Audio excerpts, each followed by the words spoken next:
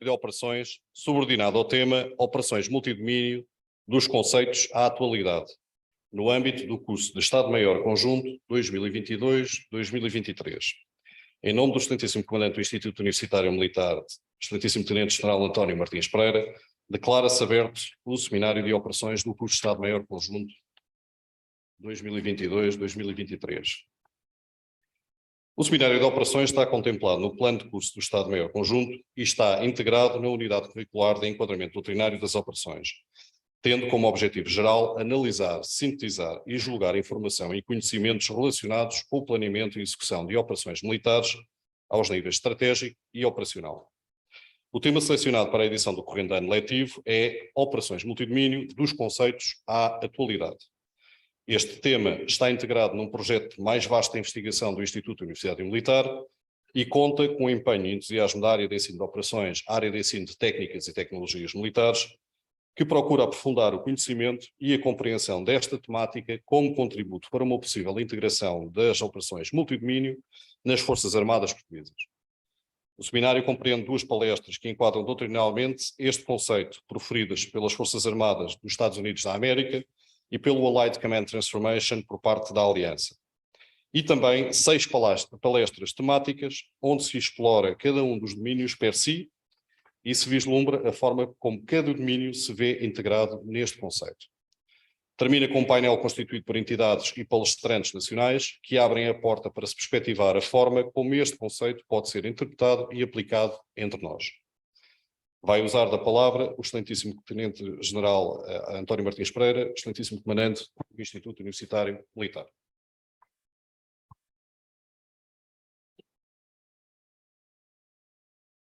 Senhor Chefe do Departamento de Estudos Pós-Graduados, o Contra-Almirante Salvado Figueiredo, ilustres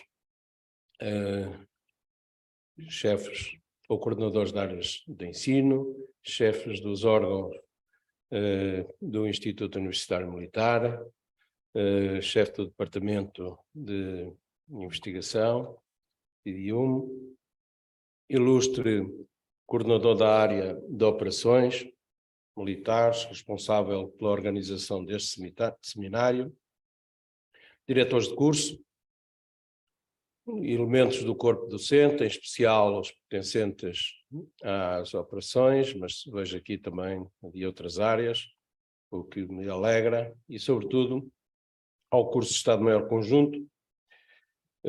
Queria dirigir-vos algumas palavras sobre a importância que é para o Instituto refletir nestas questões e também na perspectiva da metodologia de como devemos tratar estes seminários. A primeira grande questão que eu vos queria referir tem a ver com a perspectiva envolvente e características do ambiente estratégico que nós deveremos percepcionar e ter em linha de conta, nomeadamente ao longo do dia de hoje. A primeira questão foi-me emprestada por um livro que adquiri em 2016 e que se chama O Sétimo Sentido. Está ligado à questão da conexão, da conectividade ou da ligação, como mais tradicionalmente nós a utilizamos em Portugal. Tem a ver com duas características fundamentais. A primeira é o encurtamento do espaço e do tempo. Dizemos que estamos num mundo acelerado, tudo é feito com maior velocidade, mas é exatamente por esta característica. É que estamos muito mais ligados a todas as partes do mundo, a todas as temáticas, com maior ou menor profundidade. E também a questão do tempo, no acesso à informação, no acesso à possibilidade de interação com as pessoas, no acesso à informação. Está provado que quanto mais depressa temos acesso à informação, mais profundidade nós pretendemos. Está medido que, quando é possível em termos de internet, nós obtermos a informação mais rápido, significa que utilizamos também melhor o nosso tempo para aprofundar mais o nosso conhecimento. Isso é uma característica interessante que vocês devem ter em conta. Por outro lado, esta disponibilidade de conexão traz-nos aquilo que é conhecido como uma maior distribuição do poder. Temos vindo a acompanhar a perspectiva dos atores com maior capacidade de intervenção ao nível da sociedade internacional, sejam eles que antes eram praticamente só os Estados, as organizações internacionais, as organizações onde os Estados estavam ou eram representantes, como organizações não governamentais, eventualmente, ou a presença da sociedade civil através de algumas entidades, ou até do próprio indivíduo. Mas hoje vemos que os atores multiplicaram-se. Depois temos indivíduos, obviamente, mais bem intencionados ou menos bem intencionados, mas todos utilizando aquilo que é, como eu disse, a tal distribuição de poder mais rarefeita, que permite, obviamente, depois tentar atingir aquilo que são os objetivos dessas entidades. Ora, isso traduziu-se também naquilo que é uma palavra que sistematicamente vocês ouvem, que é a questão da complexidade. Os problemas são mais complexos, exatamente porque estes dois aspectos que nós falamos, a redução do espaço e do tempo e a aceleração que está contida nessa redução, leva a que os problemas possam ser complicados, digamos assim, por o número de atores que estão previstos, intervir nesse problema, o número de variáveis que nós pretendemos controlar e, portanto, o problema torna-se mais complexo. Uma das formas de resolver a complexidade entende-se que é utilizando exatamente as facilidades que nos são dadas pela conexão, por essa ligação. Capacidade de ouvir mais gente, capacidade de tratar mais ideias. Isso leva a que, e começamos já a entrar na parte das operações, porque é uma das grandes conclusões que aparecem já na atualidade relativamente às questões do multidomínio, é que quem controlar a capacidade de controlar a informação, o data, e a forma de a utilizar de forma inteligente na perspectiva de a analisar e efetuar isso de forma crítica, com base no pensamento crítico, terá mais capacidade de controlar no futuro. E isso dar-lhe-á possibilidade de vencer as chamadas guerras do futuro. Ora, a terceiro ponto é que hoje vamos falar de operações e é a terceira palavra que eu vos queria dizer. As operações, como temos visto, têm aparecido utilizando exatamente estas duas questões, estas envolventes que eu referi, do que é hoje o ambiente estratégico. Tem-se feito algumas doutrinas, algumas delas, exatamente fruto dessa conexão, têm vindo a ser aproveitadas até pelos nossos adversários. Isto não está a falar? Está. É o caso das operações híbridas, da necessidade de integração e da questão que também lida com os dois aspectos do tempo e do espaço, que é a manobra. A manobra, obviamente, que nos é cara, nomeadamente à parte do Ocidente, mas sabemos que as operações têm a ver sistematicamente com duas grandes questões, que é a utilização, vou utilizar o termo fogo, mas a perspectiva da capacidade de destruição é aqui, ou atrição, e a questão da manobra, colocar-nos numa posição mais vantajosa relativamente ao adversário. Seguimos pensadores milenares, alguns deles nos dizem que a excelência da manobra é efetuar movimentos, capacidade, na perspectiva estratégica, de estarmos perante o adversário numa posição de tal maneira vantajosa que o convencemos sequer a não combater. O que significa que esta perspectiva da manobra, obviamente, lidando com o tempo e o espaço, é hoje também um aspecto que temos de ter em linha de conta e preocupar-nos, sobretudo, perante o campo de batalha 2, e já tivemos aqui no Instituto Universitário Militar, decorrente do Centro de Observação de Paz e Guerra, que tem neste momento focada a perspectiva de análise do que é que se passa na guerra da Ucrânia. Já tivemos uma intervenção por parte da AECA, na perspectiva do que hoje é ou pode ser a manobra e se existe condições para atuar de forma como estamos habituados, utilizando a manobra, tendo em conta exatamente as características que temos hoje no campo de batalha, em que tudo o que mexe é detectado, é previsto o seu movimento e pode ser atacado em questões de segundos. E, portanto, isso leva-nos também à perspectiva das operações multidomínio, onde aparece uma palavra fundamental, que é a questão da integração. Apercebemos que é exatamente a integração da informação, a disponibilidade da informação em tempo e a capacidade de a utilizar em tempo, através do comando e controle, que nos dá a vantagem. E, portanto, estamos a ver hoje, na Ucrânia, uma guerra de grande atrição por parte dos contentores e a utilização de forma criteriosa, de forma inteligente, das condições existentes em termos deste encurtamento do espaço e do tempo e de gerir a informação, utilizando os meios, sejam eles característica militar ou civis, estando aqui exatamente prevista as várias dimensões do poder militar e não só, utilizando no poder militar outros meios que à partida não estariam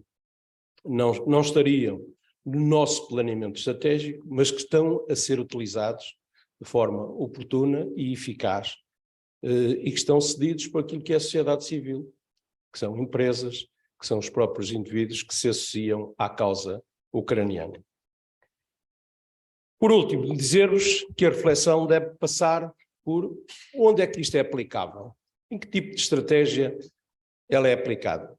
Vocês hoje estão envolvidos na área daquilo que é a estratégia operacional, como executar as operações, mas está subjacente sempre à estratégia operacional outras duas estratégias, que é a estratégia estrutural, como nos organizar, que tipo de organizações servem este conceito de operações multidomínio e como é que as vamos, isso é a estratégia estrutural, obviamente, e como é que nós vamos conceber e atingir as capacidades necessárias para ter à nossa disposição meios capazes de executar este tipo de operações, de forma integrada, de forma autónoma em cada um dos domínios, mas garantir que estão ligados em tempo e capacitados para responder àquilo que lhes for determinado em termos de efeitos a produzir no campo de batalha por parte do comando e controle. E isso é a estratégia genética. E, portanto, em cada um destes pontos, o conceito de multidomínio tem que ser espraiado, tem que ser pensado de forma crítica. É isso que eu vos convido durante o dia de hoje. Vamos ter, como viram, as duas primeiras sessões. São sessões, vamos chamar de esclarecimento, de nivelamento, de harmonização, para perceber os conceitos. E depois vamos ter, ao longo do dia, uma perspectiva temática de cada um dos grandes, vamos chamar de grandes setores, daquilo que são o multidomínio e que necessitam de ser integrados.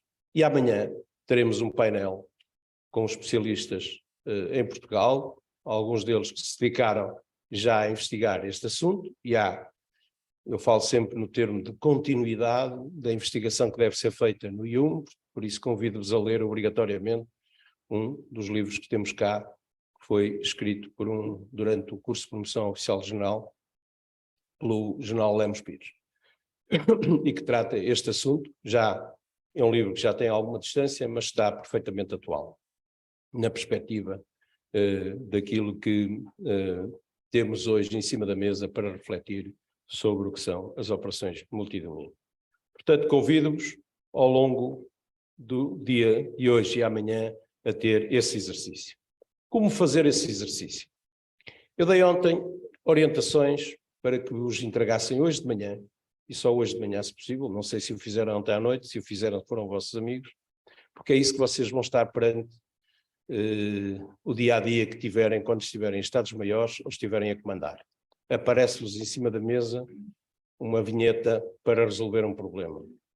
E aquilo que eu vos quis dar hoje foi exatamente isso. Eu não quero que vocês estejam aqui a olhar para apontamentos dos vossos trabalhos, quero que vocês estejam e mergulhem neste seminário. E para isso dei orientações de que fosse entregue a pequenos grupos a preocupação de seguir cada um dos temas, elaborar uma síntese e chegar e passar uma conclusão, ou as conclusões mais interessantes desse tema, a um grupo que integrará essas conclusões e possa apoiar o Coronel Costa para vos fazer as conclusões amanhã. Não sei se terei condições de amanhã para estar aqui para ouvir as conclusões, mas se tiver, virei cá. E espero que isso seja um trabalho de acordo com aquilo que é o Instituto Universitário Militar. Que sejam arrojados no vosso pensamento, que sejam críticos naquilo que ouviram e do que já leram, e que sejam abertos à inclusividade das ideias de todos.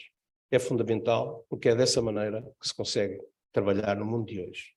E que estarão preparados para aquilo que nós hoje, embora vos estamos a ensinar, queremos ensinar sobretudo metodologias, como elas são aplicáveis naquilo que é hoje a atualidade, mas esperando que vocês estejam preparados para o que vem aí nos próximos anos, que nós não sabemos exatamente o que é.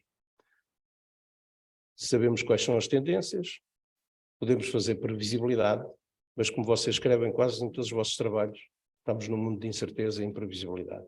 E daqui a uns anos estarão exatamente na mesma, só com uma perspectiva muito mais acelerada do que estão hoje. Mas também sabem que ganham. No mundo acelerado, conseguem ir mais à profundidade do saber. É isso que eu vos convido numa viagem hoje e amanhã. Muito bom dia.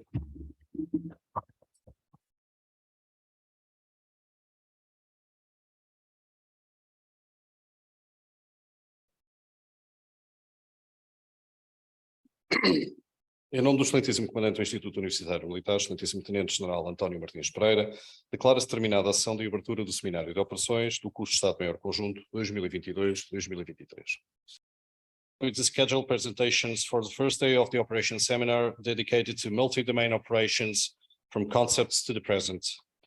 The first speaker presenting multi-domain operations and joint all-domain operations, United States Concepts and Doctrine, is United States Army Major Matthew J. DeWitt, a representative of the 2nd Multi-Domain Task Force of the United States Army Europe and Africa, based in Wiesbaden in Germany. Thank you in advance for your contribution and support of the USAREUR-AF. Major DeWitt, I'll copy.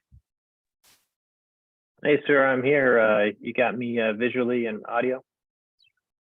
Okay, got you there. Major DeWitt, would you be so kind to present yourself to the audience? Oh, hello, good, bon dia, good morning, sir, ladies and gentlemen. Major Matt DeWitt from the 2nd Multi-Domain Task Force, or MDTF. And like the Colonel said, it's a subordinate organization of U.S. Army, Europe, and Africa. And on behalf of my command, we extend our thanks to the Military University Institute for this opportunity. Before I jump into my bio, please forgive my background, as I have to do this from home. And additionally, I'll be briefing off of notes because I tend to speak very fast, and I know that's really not fair when you're translating in your head. So a little bit about me. Currently, I serve as the chief of the Commander's Initiatives Group for the 2nd MDTF, and I have been in the MDTF for about 2.5 years, and was previously the Task Force Operations Officer until about a year ago. Just briefly, I have a field artillery background, done that my entire career. It's primarily fire support experience, and that includes multiple combat deployments, command time as an observer, controller, trainer at the National Training Center, and more recently, operations officer for the 19th Battlefield Coordination Detachment in Ramstein, Germany, and then also as a CJ Flick strike director during Operation Inherent Resolve. So with that, sir, prepared for me to jump into a discussion on multi-domain operations? So around our headquarters, we use the adage that MDO is old wine in a new bottle. So really, it's not a great departure from previous Army operating concepts, most notably air-land battle. The U.S. Army transformed itself in the late 1970s, early 80s, following observations from the Arab-Israeli War, with a revised understanding that there's a great importance in fighting as a joint force. So we had success with air-land battle in the first Gulf War, but eventually, we and our allies entered over 2 decades in the War on Terror. So meanwhile, our adversaries began modernizing and establishing strong anti-access area denial, or A2AD capabilities and methods, especially in the information domain. So learning from the first Russia-Ukrainian war, the U.S. Army began transforming to multi-domain operations. And as defined by the Army, MDO is the combined arms employment of joint and Army capabilities to create and exploit relative advantages that achieve objectives, defeat enemy forces, and consolidate gains on behalf of the Joint Force commanders.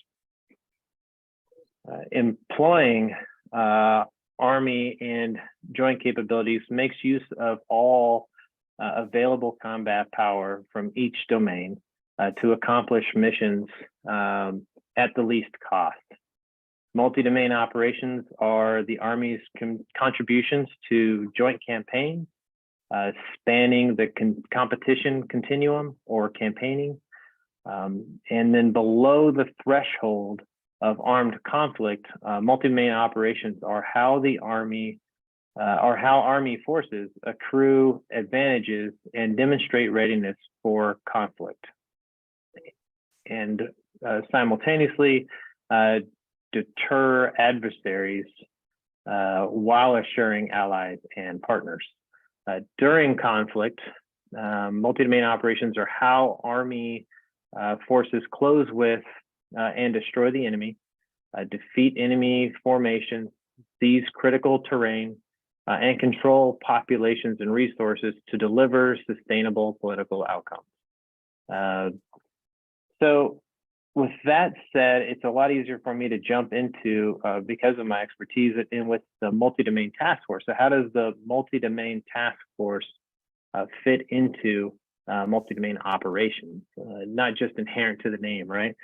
So we see the task force as a sort of a Swiss Army knife, able to provide capabilities in a supported or supporting role to enable the Joint Force or Land Forces commander to achieve strategic or operational objectives. So far, the U.S. Army has created 3 MDTFs, potentially 2 more on the way. And each one of these MDTFs will be different from each other in terms of focus and objectives, et cetera. First and third task forces are focused on Indo-PACOM in the Pacific. And of course, second multi-domain task force is based in the European theater, and we activated a year and a half ago, so September of 21. MDTFs, we operate at the theater level and primarily focused on leveraging long-range precision fires and effects. And so to be truly successful in that across the continuum of conflict, we must work closely with the Joint Force. So as the Army's organizational centerpiece for modernization, MDTFs accelerate change through experimentation and testing during all-domain maneuver. MDTFs help the Joint Force develop new ways of war, informing the Department of Defense's transformation to joint all-domain operations. We experiment and test new equipment in the current competition environment, and our organization will be demonstrating some of these capabilities during Dynamic Front 23 in both Denmark and Germany. So our overall purpose of the task force is to synchronize precision effects against our adversaries in all domains to enable joint freedom of action in the European theater. The ultimate goal, or the end state in conflict, is for 2nd MDTF to enable favorable correlation of forces or achieve ground force near parity during large-scale combat operations. To achieve this, the Army organized MDTFs to consist of a headquarters. Our headquarters is comprised of a robust staff, a departure from your typical brigade combat team, in that our headquarters also includes non-lethal effects planners and a substantially large intelligence staff section. We also have a multi-domain effects battalion, otherwise known as an MDEB. That is comprised of a military intelligence company, a signal company, an extended range sensing and effects company, and an information defense company. As we continue to grow, we expect to expand to include a fires battalion, an air defense battalion, and a brigade support battalion. So the way we expect to achieve this, right? So some of our ways, in other words, so during competition, and I've already kind of said this, but we gain and maintain contact with our adversaries to support the rapid transition to crisis or conflict. At the same time, we identify and secure positions of relative advantage from which they deny, delay, degrade, and disrupt the adversary. In crisis, we deter adversaries and shape the environment by providing flexible response options to the land component and the Joint Force Command. We also execute combinations of non-kinetic and, non-lethal and lethal effects to demonstrate friendly resolve, impose costs, alter behaviors, and de-escalate crisis back to competition. If we have to go into conflict, then one of our primary targets then would be to neutralize A2AD networks to enable joint freedom of action. And having set conditions in competition, we employ synchronized combinations, again, of non-lethal effects and lethal effects to disrupt, defeat, and destroy those A2AD capabilities. So we've had to be able to do this, to achieve this, not only in concept, but in training, as we are building, because we are not at full strength yet. We are still experimental, like I said. So we've established some core functions of what we do. So our first core function is executing multi-domain reconnaissance. This is fairly new in terms of thinking of what you're doing is more expansive form of your typical reconnaissance that's executed by, say, a cavalry squadron. A cavalry squadron isn't looking at the electromagnetic spectrum, for instance, but we are. So a part of that reconnaissance is intelligence fusion. And we do this through our our intelligence section and using our intelligence company. This is part of the jointness. We have to partner with basically anyone who has access and availability of information. So this is joint partners, allies, and some partner nations. And so we work kind of within the intelligence community to execute the fusion of all that information. And then additionally, just executing reconnaissance itself, physically getting out on the ground and just gaining an understanding of the environment around us. We also enable multi-domain targeting. So the way our primary means of achieving any effective course is in support of the joint targeting cycle. So with that, it's primarily the typical model. If we develop a new target, which is one thing that we do, develop our own targets, or we lend assistance to other organizations in developing targets. We of course go through the joint targeting cycle like any other organization. The benefit to us is already being at the theater level, so it's a little more expeditious on our end than say you would have at the tactical level, division and below. And then lastly, we synchronize multi-domain operations, and we have to do that through integrating joint interagency and multinational capabilities.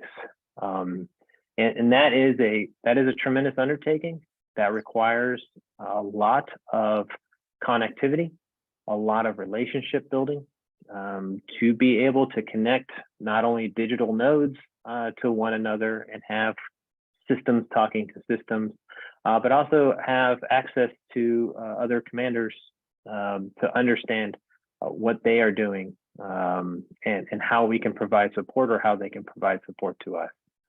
And then lastly, of course, we deliver precision fires and effects. And in the future, as capabilities come on board and are developed, we expect to be fielding a lot of those. And that way we can assist the joint force in shaping the deep fight. And so over the next several years, the MDTF will continue to grow, and you should expect to see us become more visible during theater level NATO exercises. And of course, our organization always welcomes any opportunity to discuss anything in detail, or come and observe exercises and operations. We're welcome to give you a tour at some point if you'd like to come over. Pretty easy to do that. So with that, I do know I had a lot of time to speak in an unclassed environment. I can't get into a tremendous amount of detail, unfortunately. But I would like to open it up to any questions. I could field literally any question, and then or any further discussions. Hello, good morning, sir. Can you hear me?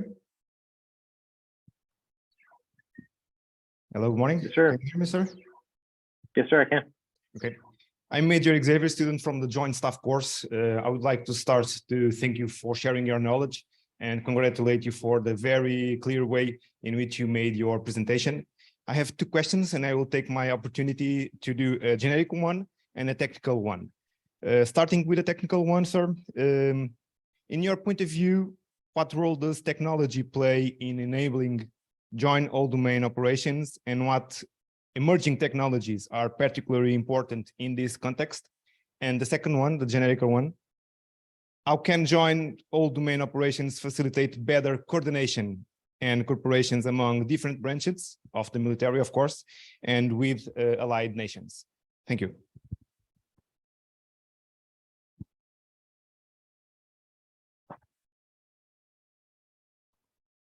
Okay, hey, thanks. Those are two really good questions, and in all honesty, I think they almost have a similar answer. From a technology standpoint, our systems don't, across the joint environment, at least joint, internal to the United States, it's not inherently connected all together, right? Not everything can translate every type of message.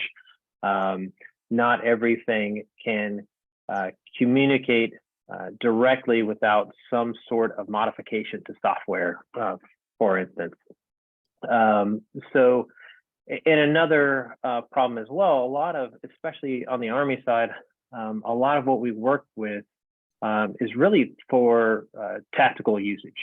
We haven't, over a long period of time, and we haven't invested a lot in theater level or operational level systems and capabilities that really tie together in a common operational picture. And we're doing that now.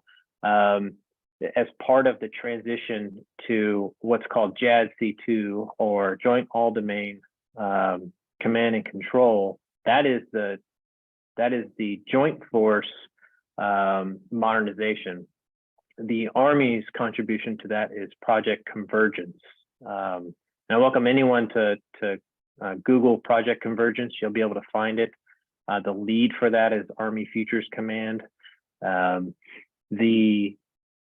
One of their biggest goals is not only to make our systems fully connected jointly, but also there's an incredible amount of data that exists. And once we start going into the domains, the information domain, or if we're just looking at the electromagnetic spectrum, all of this has immense amounts of data that needs to move, basically, and not being an expert on communication systems, it's got to move through the pipes, and it's got to move fast because we need the data now. We want to be able to operate very, very quickly. And at the same time, we need programs and software that can filter these things out so that we're not losing a lot of man hours going through the information and determining what works and what doesn't. And that support is coming from artificial intelligence, something that is slowly coming into use. But I think that will have tremendous benefits to us. And so to improve how we, and so the technology, not only is it making us talk and communicate better as a joint force, but there's also the technology that's enabling us to do things at a greater range and at altitudes that allow us to be to have greater standoff from our adversaries' capabilities, to allow us to gain information without putting soldiers in harm's way. So those are incredible benefits because it helps us make the battlefield more expansive for us and have a little bit more control. And so over the top, I think that joint all-domain operations is going to be absolutely fantastic for our force. Just taking my own personal experience from just the global war on terror and what I've done in combat at the tactical level, my joint experience was primarily asking for resources and not knowing what was going to come.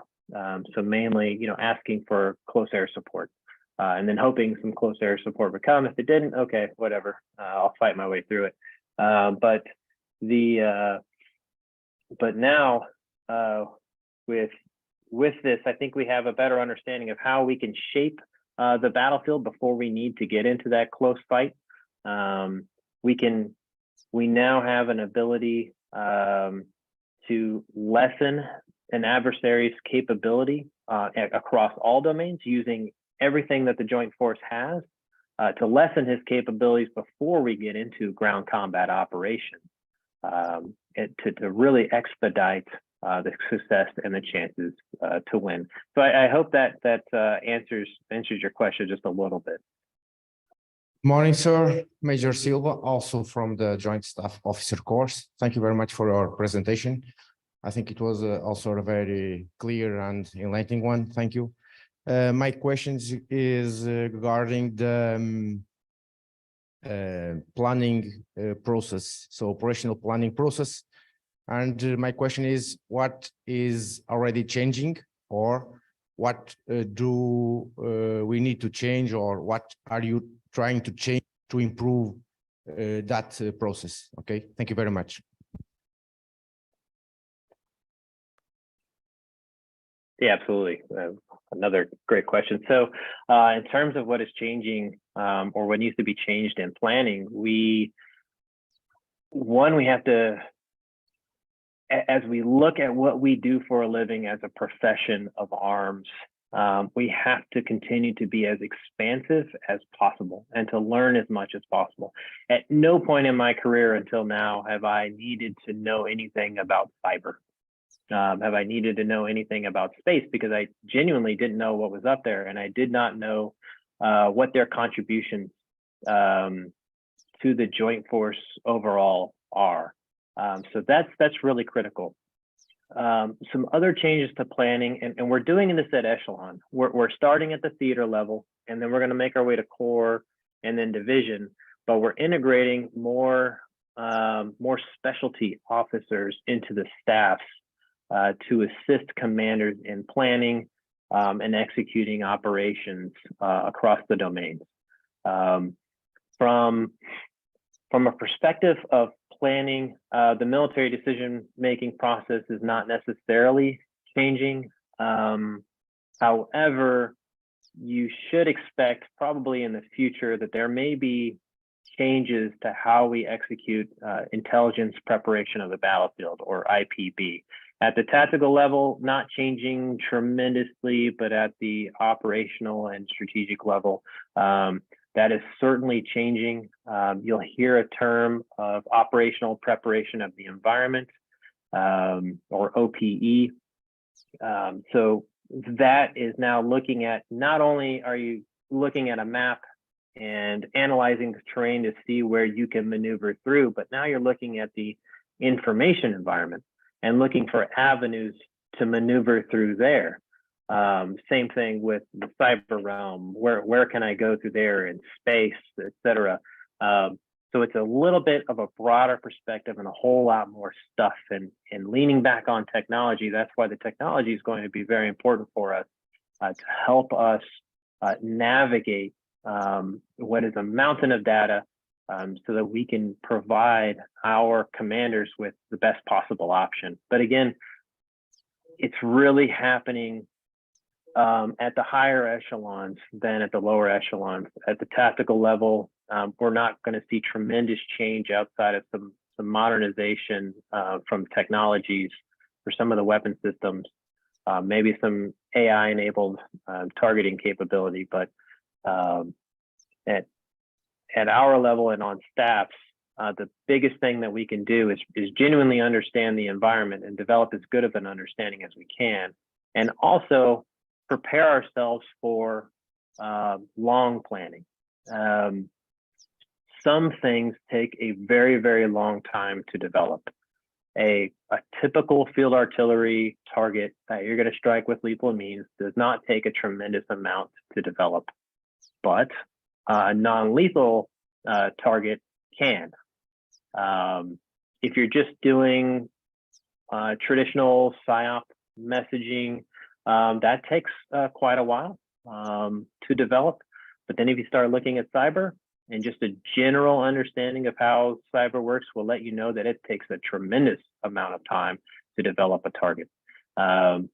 So these are those horizons, those planning horizons are going to expand.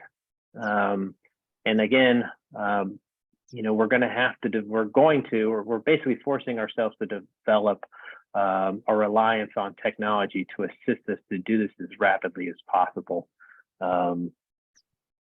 And then lastly, with planning, another thing to think about is Not every organization is inherently joint. So as we get into joint all-domain operations, don't expect to see organizations increase the number of joint billets they have. Most Army organizations will remain pure Army. There may be, the traditional Air Force or Navy liaisons, or maybe a Marine liaison element associated with your organization that may be attached, but don't expect that to be long-term. And a part of that is just being involved in the joint targeting cycle. So we still have a reliance on liaisons. That hasn't changed. But hopefully in the future, with some modifications to task forces, we can now have a greater comfort level in planning or assisting in the planning of other joint operations. Hopefully that answers your question. Thank you, sir, and good morning. So I would put this as more a prospective question, and considering the possibilities for the multi-domain, and starting for especially the wide situational awareness that can be provided by the multi-domain reconnaissance that will fulfill the multi-domain targeting, and seeing that connected as the standoff, do you think that operations in the future can be influenced by the multi-domain operations as much more offensive stance, or will we continue to see just the standoff as a reaction, especially regarding the targets? Thank you. Yeah, so thanks. I think the answer I can really give, of course, is fully out of my own opinion. Our goal, of course, is to use what we're developing under the operating concept of multi-domain operations to avoid going beyond crisis, to try and use every single tool that we have to really avoid entering into conflict, right? To disrupt the enemy's ability or the adversary's ability to achieve their goals. And so I know that's not a great answer, because you don't, particularly for me, you don't join the Army to not go to war. But obviously that's something that we want to avoid. That said, if you think about the planning horizons and the targeting requirements of everything that goes into it, and the depth in terms of the amount of data that you have to go through during the reconnaissance phase and the intelligence fusion portion of it, you have to understand how long that takes. And you have to think about flexibility. If you mire yourself down into a plan, and it's taking you an incredibly long time to develop everything you need for a potential operation, a hypothetical operation, or maybe in support of an existing plan, what you may be missing out on is the ability to be very flexible and adapt to change, and adapt to the fact that the enemy is obviously not going to fight the way you think he is, according to your plan. And it's probably not going to happen. So if the approval for something takes a month, that may be too long. And so you need to have more than one COA. You need to basically take a look at your tool belt and see what else could I use in doing this. One example, and I know this is bleeding kind of far into some other topics, but one example is to stop thinking about kill chains and think more about kill webs, right? So when we look at dynamic targeting, F2T2EA, right? So we look at find. Let's think about every asset that could possibly find. Let's think about every asset that can execute the fix. And then engagement. How many different assets could we use in the engagement? So always be as expansive as you possibly can and not truncate yourself down to a singular chain, but think in terms of a web if you can. Hopefully that's a bit of an answer. I know these are kind of long-winded answers for you. Okay, Major, I'll be asking if there's another question here in Lisbon. If not, I'll be breaking the mold and I'll be asking you one question, a quick one. In your experience, what do you believe are the major difficulties of conducting multi-domain operations with partner and allied nations that do not have or are not prepared to conduct that kind of operations by now?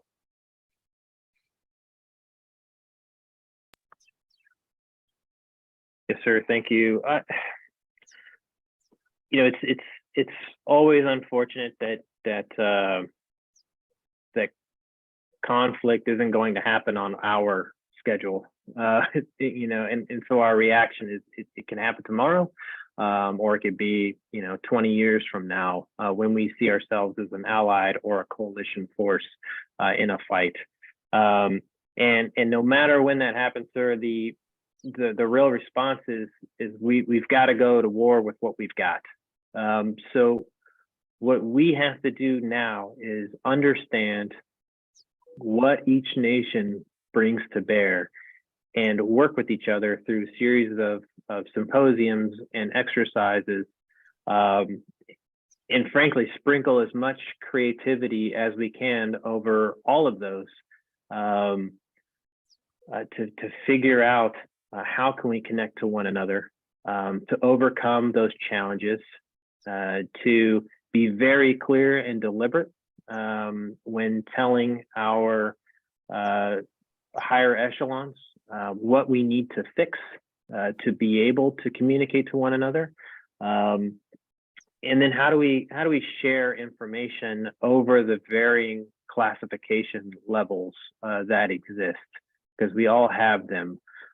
So clearly we need cross-domain solutions.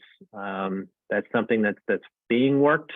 There's limited success with those so far, but we have to think about that. Are we overclassifying anything? Can we start reducing classification of some things?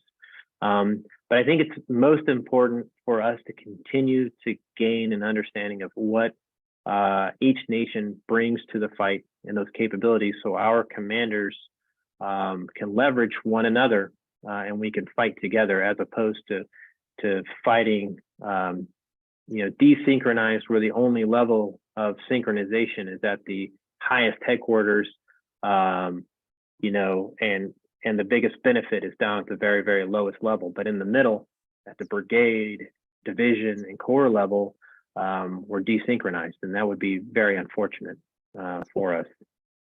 Does that kind of answer the question? Thank you very much. It was a very precise and interesting point of view. Thank you. I'll go asking now if we have online any question for our. No, okay. So last questions from Lisbon. Any more questions?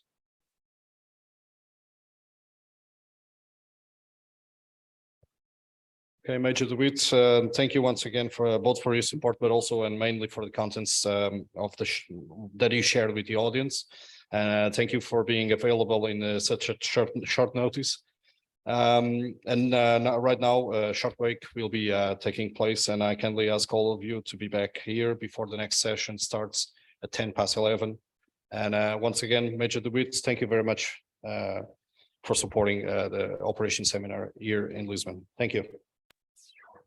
Thank you, sir. Bye.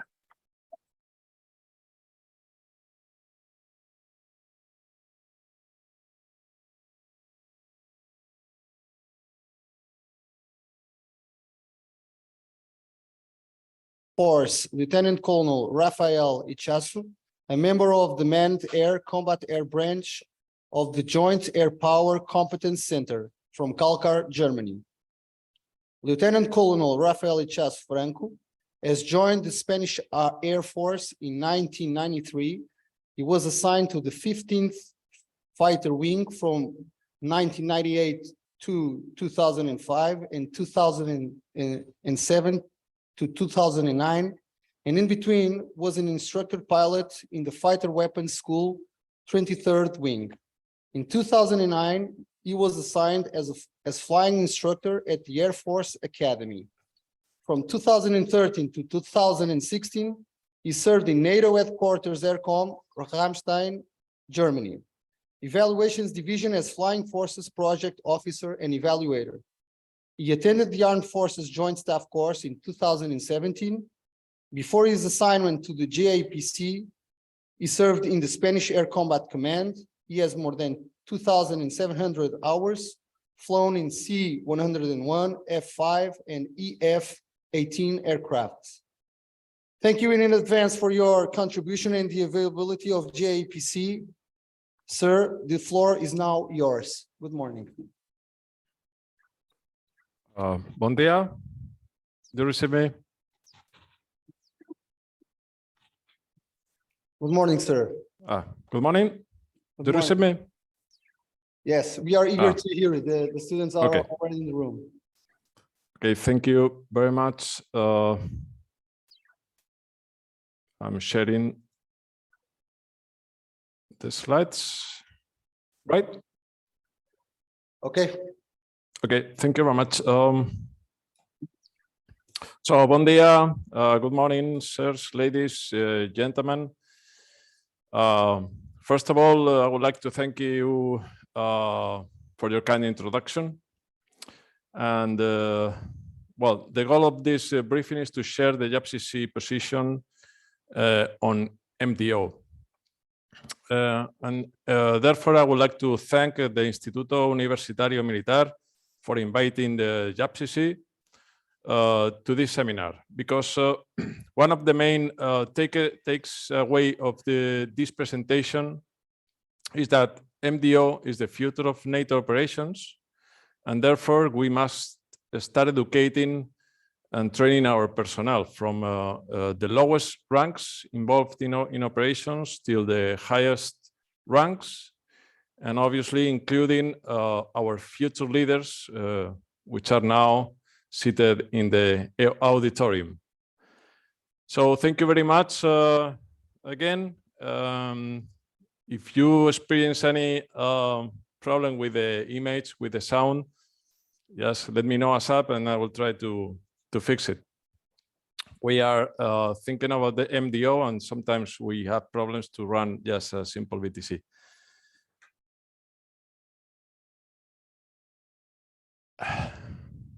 Before I start with the presentation, some considerations concerning the JAPCC. JAPCC is an independent think tank, and therefore this briefing is not representing the official NATO position. It's just the JAPCC view on this topic. We also kindly invite you to visit our website, japcc.org, to find more products, journals, studies, and so on. So the agenda, I will start on MDO origins, definition, vision. I know that you have already received an MDO view. I will continue with the differences between MDO and joint, requirements and challenges, how JAPCC sees air in multi-domain operations, and we will finish with questions as scheduled. So before looking in the specifics of MDO and joint, we have to understand the differences between a domain and a service or component, because words matter. Very often we use the term domain as substitute for a service or a command. However, in the context of MDO, we have to be strict in the use of the right terms in the right context. Otherwise, there is a risk that the very core of the message is lost. So these are the domains.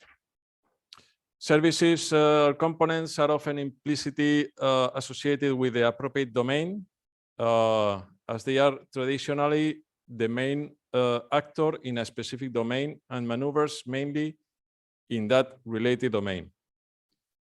However, a domain is not a service or a component.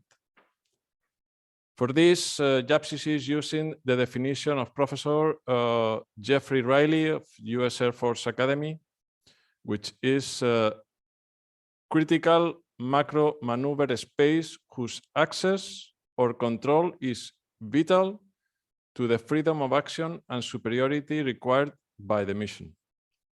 So as a sum up of this definition, domain is a specific maneuver space where different services with different with the respective features and capabilities are operating in. A service is a component or organizational structure consisting of people and equipment with a variety of capabilities that exist and maneuver in different domains.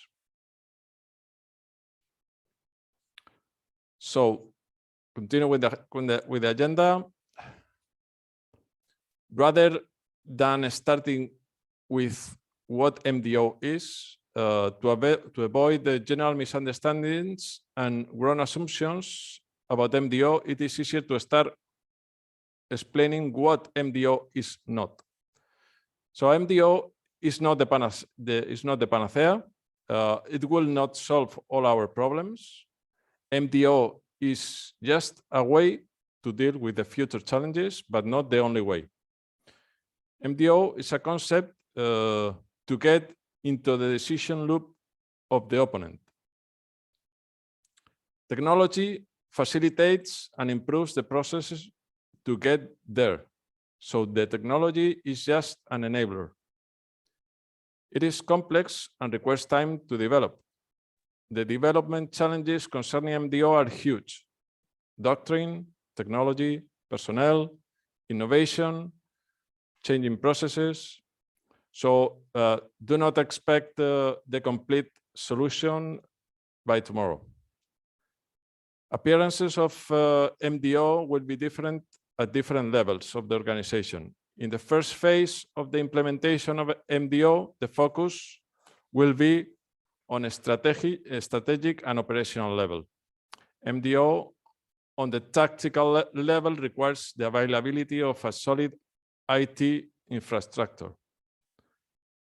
Joint means two or more services working together. MDO is a holistic concept to prevail over the opponent by creating decisive effects across all domains, where all domains should be considered equal.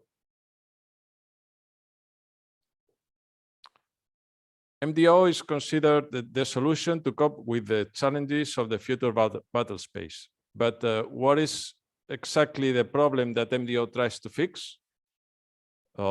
Basically, anti-access area denial, A2AD. The threat of A2AD was the trigger to start NATO's endeavor to figure out what challenges the future battle space will offer to NATO. However, in the course of these processes, more and more factors of influence aside A2AD appeared. First, new and emerging technologies like artificial intelligence, machine learning, hypersonics, cloud computer, and robotics that will change the future wars. Future warfare will be characterized by speed, precision, and situational awareness. The new domains, cyberspace and space, are the manifestation of the ongoing technological evolution. Second, NATO perceives an increasing competition between main state actors, nothing to say about Russia or China's regional international foreign policy. And third, the next generation battle space will require a new level of interoperability and joint collaboration. This slide shows the current ACT definition of MDO. But how JAPCC see this definition? JAPCC interprets the current ACT position this way. It is about changing the weight of effort or relative advantage in one domain, while shaping and contesting in other domains. This means plan and execute activities in, from, and through different domains, synchronized in geography and time, creating simultaneous and concentrated effects in the domains of the opponent. The effects in the different domains are coherent and are supposed to support the amplify of each other, and in order to create a decisive advantage. Orchestrating in MDO is done from a capability, effect, and activity perspective, not from a service or a component perspective. The choice is basically service or component agnostic, meaning that all capabilities of a service have to be considered in all domains. In general, activities with non-military actors will be mostly synchronized, as authorities concerning non-military entities, which will collaborate, reside outside the military. Collaboration is the key to converge non-military activities to the maximum extent. In a wider perspective, the notion of dilemmas is not always clear. So what is a dilemma? Dilemma is a situation in which a difficult choice has to be made between two or more alternatives, especially ones that are equally undesirable. So MDO creates various simultaneous and complex effects by different activities from different services across different domains and time. The goal is to saturate and or interfere with the operations of the opponent in a way so that he has to make difficult choices between two or more alternatives, especially ones that are equally undesirable. The ultimate goal is to delay, interrupt, and ultimately cancel out the opponent's operations and or change his attitude or behavior. In order to do so, we have to get smarter and use all the capabilities through and from all domains.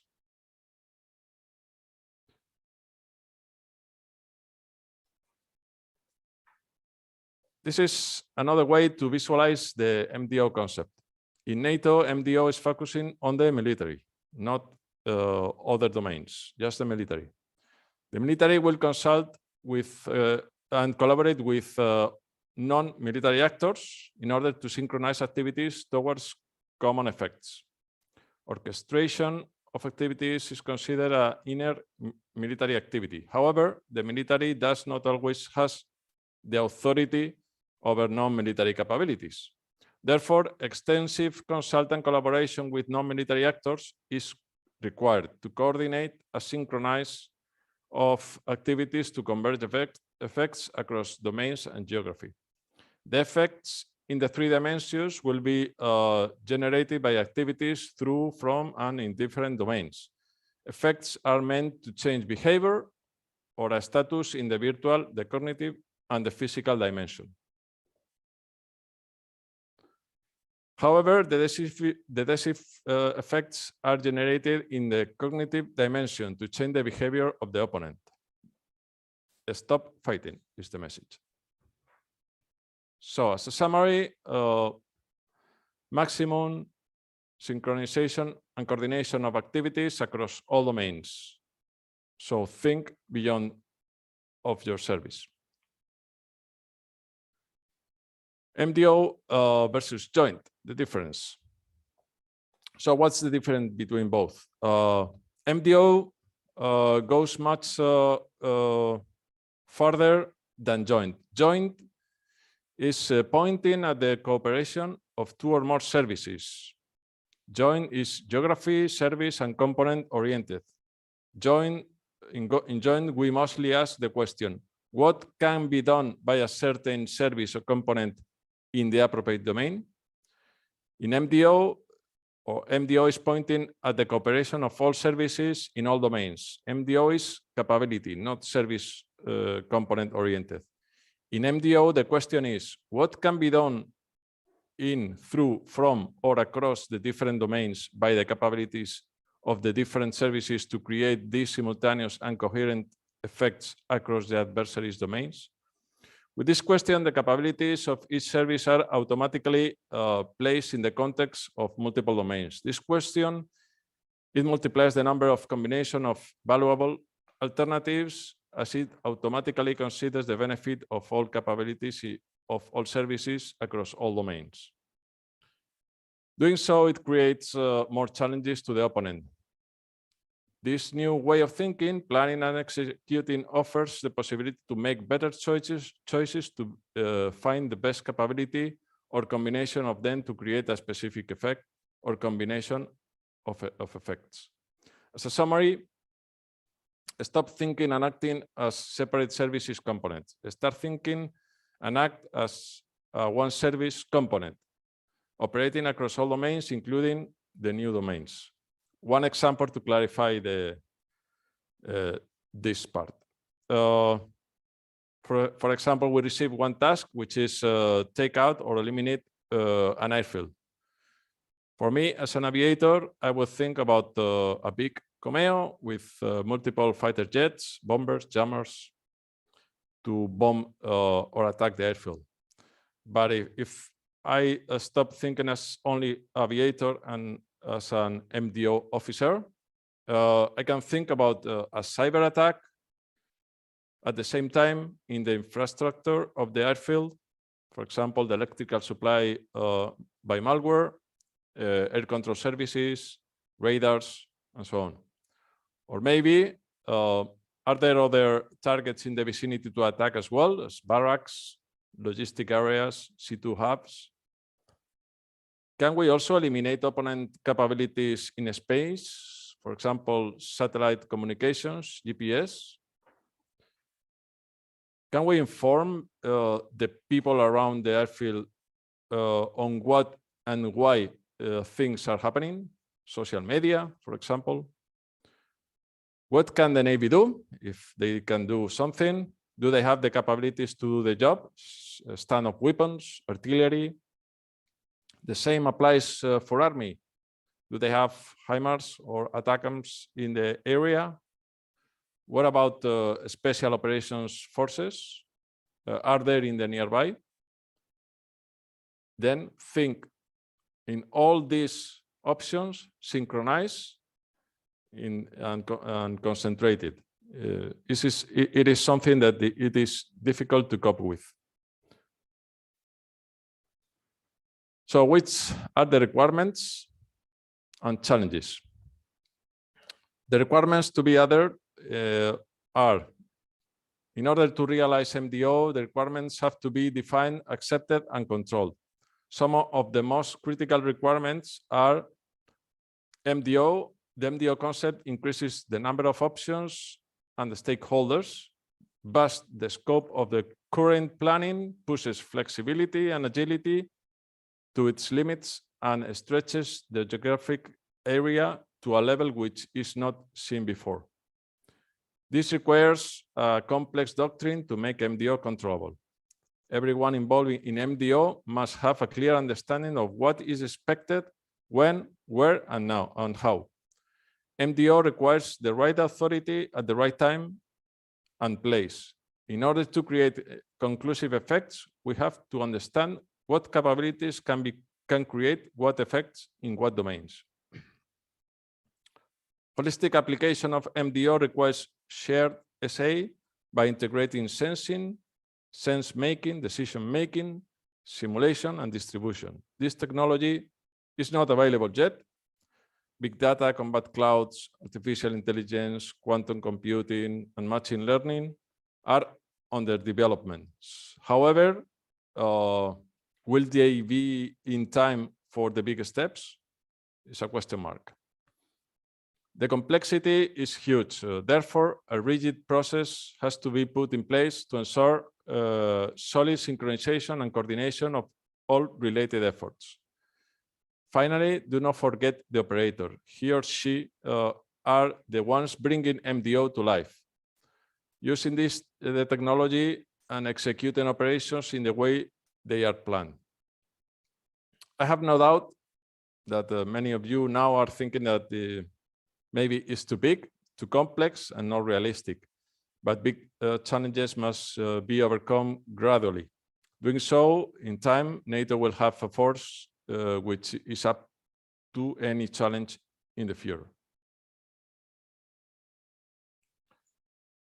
So, air and MDO. For JAPCC, air is already well suited for MDO. But how does air fit into MDO and the NATO warfare capstone concept and vice versa? Air is not special amongst the other domains. However, it has some characteristics which make air unique when it comes to the support of the MDO.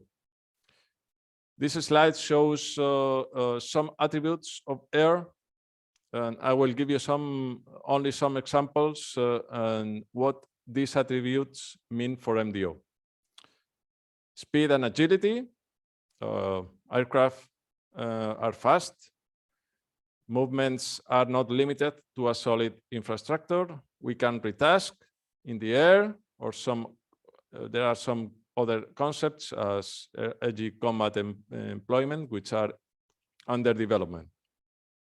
Reach. Aircraft have significant operational range of normally more than 500 kilometers. Ubiquity. We can refuel in the air. Unmanned systems now offer employment of more than 24 hours, even 48 hours. Concentration. We can focus on time and space from different bases and all in the same time.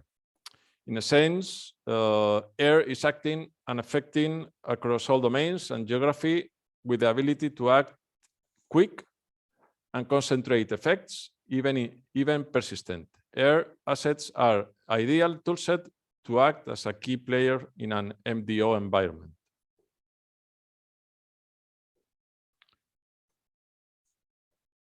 Air has a traditional solid and flexible C2 to exploit the attributes to a maximum extent. The new Air-C2 concept, CONOPS, emphasizes these principles. Unity of command. Air has a solid and ambiguous C2 structure reaching from the operational, the JFAC, to the tactical level platforms to ensure economy of effort. Centralized control. The JFAC ensures cross-domain and cross-JOA alignment of air activities through coordination via SACEUR. Already in peacetime, 24/7, we provide the recognition, the recognized air picture, the RAP, the air policing, and ballistic missile defense. Distributed C2, air has the operational level, at the operational level, a network of representatives such as the Deputy Commander Air, AOCCs, Maritime and Land, plus liaison teams, AXI, ALE. At the tactical level, there is a solid framework of additional undistributed command posts, the DACCC, KEOX, CRCs, flying platforms. Decentralized execution. Decentralized execution is ensured by a condition situation-based framework of delegation of authorities, like the tactical battle management functions, the TBMFs. In a sense, the attributes show that air is acting and affecting across all domains and geography with the possibility to act quick and concentrate effects, even persistent. So, is MDO totally new? No. it is just doing things different. We have to do it better, bigger, faster, smarter, holistically, and more effective and efficient. Joint is not dead, but has to morph into MDO. And this concludes my briefing. So thank you very much for your attention, and just pending for your questions. So thank you very much. Thank you very much for your enlightful presentation, sir. We will have now a 20 minutes Q&A session. The audience in Lisbon will start with their questions, followed by online viewers whom can use either chat or ask questions to our team directly. So is there any questions from the audience here in Lisbon? Okay.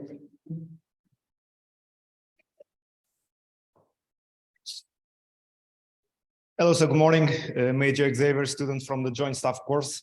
Thanks a lot for your presentation. And for me, it's really important, especially due to the fact that I'm researching some important points of your presentation for a future job that I need to perform. During your presentation, technology was one of your key points. And my question is specifically to space and air technology. Thinking in technology as working as a force multiplier, what are the key technologies in your point of view and capabilities needed for effective air and space operations in MDO? Thank you. Yeah, thank you very much for the question. And yeah, it's what we are thinking about the technology that is going to be key for MDO is for sure artificial intelligence. Nowadays, we are able to coordinate our activities between services. In the near future, we will need to synchronize everything and at a very high speed. So nothing is going to be possible without the proper artificial intelligence. Artificial intelligence will be able to provide us with multiple options in real fast times, and then we'll have these options to choose the best one, but without the artificial intelligence, it's going to be really difficult or even impossible. Another key technology is going to be machine learning, for sure, to provide the artificial intelligence the proper tools to do his job. Is going to be needed, and is important to get a proper machine learning, because if we do not have the proper one, the solutions given to us can be completely wrong or even dangerous. Quantum technology, to run all these processes, will need powerful machines, and quantum technology is going to be not in the short term, but the medium long term key for the operations. And these basically are the main. There are some other emerging technologies, but these for me are the key ones.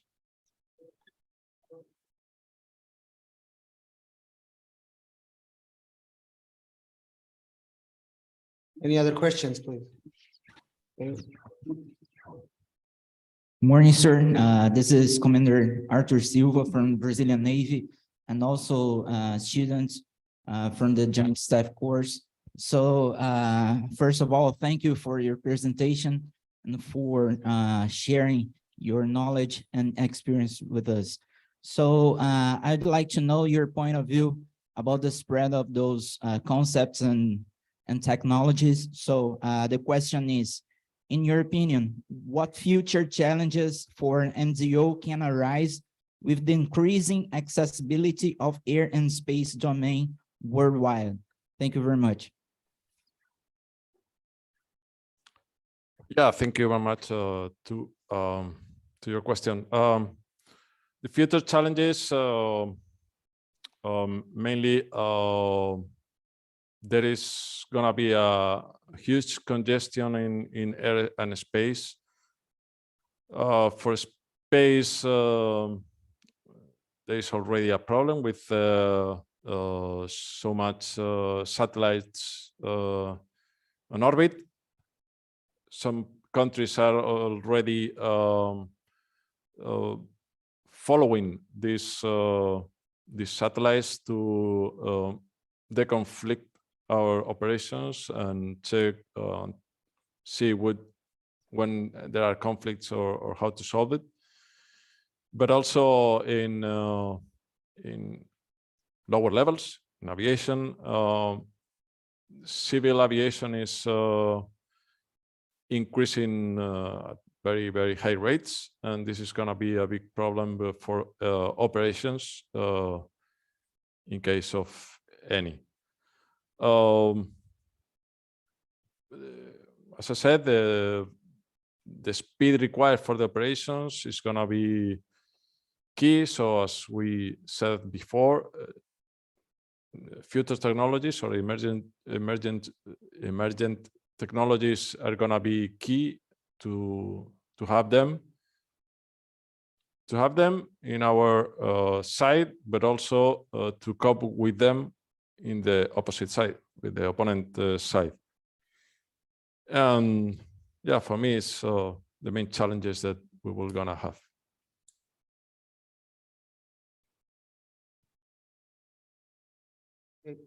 Is there any other questions in the audience? Okay, and we have one in the chat. Yes, yeah, I'm just reading it. We have one in the chat.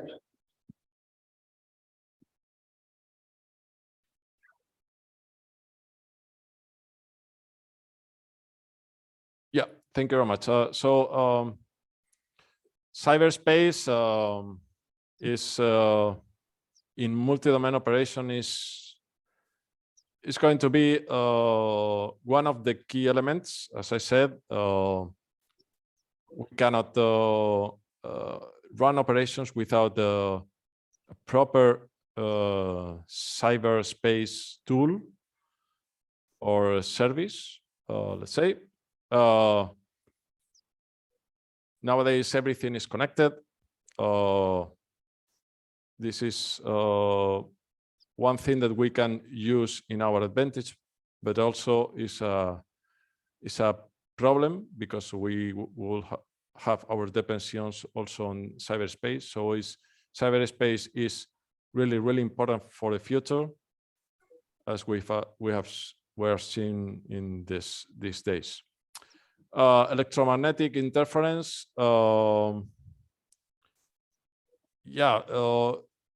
Opponents have very powerful electromagnetic jamming capabilities. We have to be very resilient on electromagnetic. For example, nowadays it's difficult to run, as I said, a VTC. Maybe not this one because it's not classified, but the classified VTCs, sometimes we have problems. We are now thinking about the combat clouds, where all the information is going to be downloaded in the combat cloud from multiple sensors, and all the platforms will take this information real time without latency. So we have to be very, very resilient on electromagnetic, and we have to build tools to avoid it. Yeah, basically, yeah.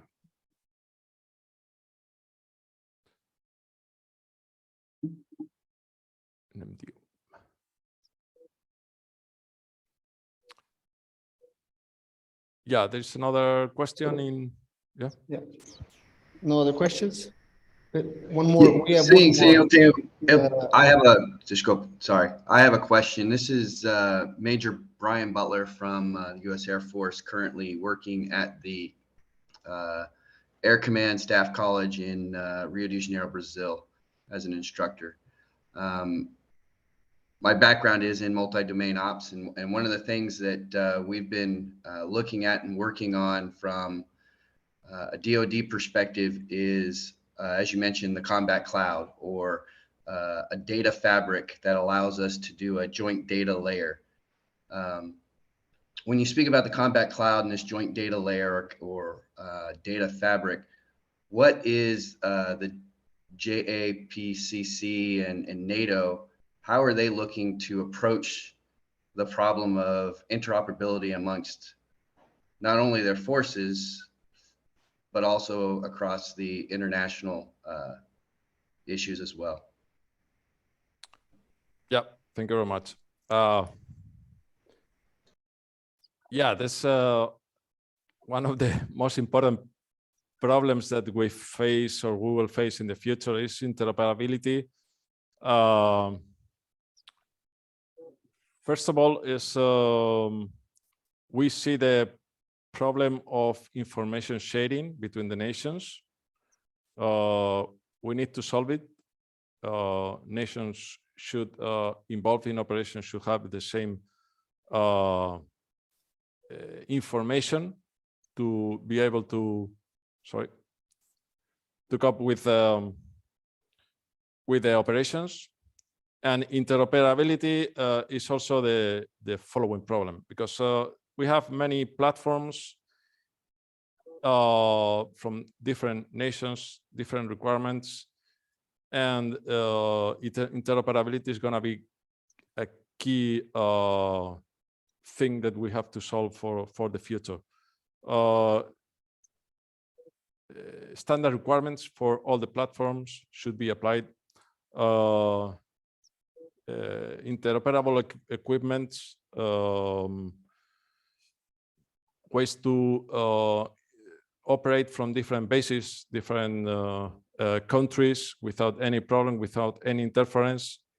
So yeah, as I said, we are now designing countries' 6th generation fighters, and this should be taken into account from the very beginning, from the very first phases. They should be interoperable, even with different platforms, but completely interoperable. Those combat clouds concepts should be, if not the same, complete interoperable between them. So all the platforms should be able to download and to upload information, and taking all the information from sensors there. So yeah, interoperability is key for the future.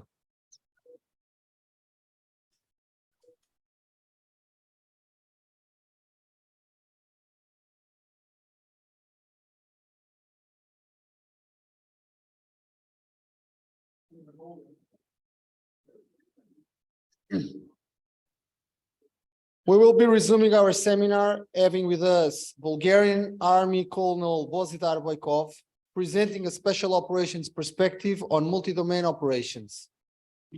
Colonel BOYKOV is currently serving as Director of the Strategy Concept Development and Experimentation Directorate in NATO Special Operations Headquarters in Mons, Belgium.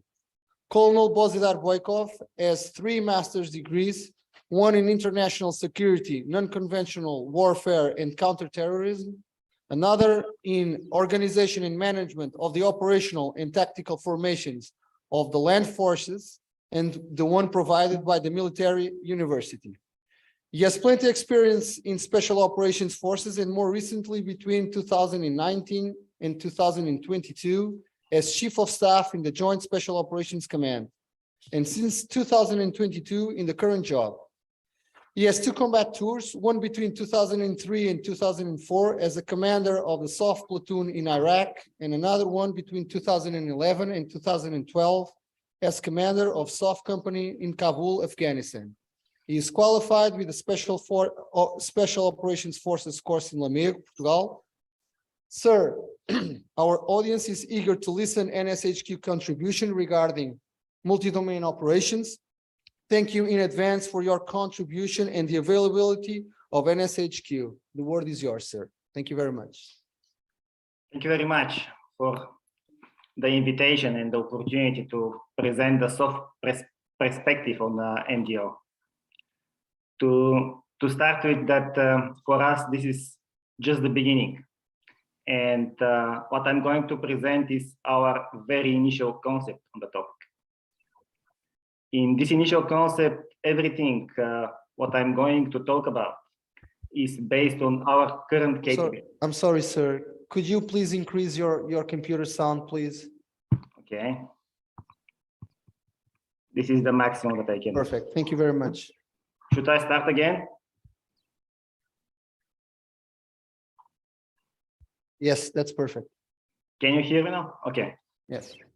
Okay, I will start from the beginning. Thank you very much for the invitation and the opportunity to present the soft perspective on MDO.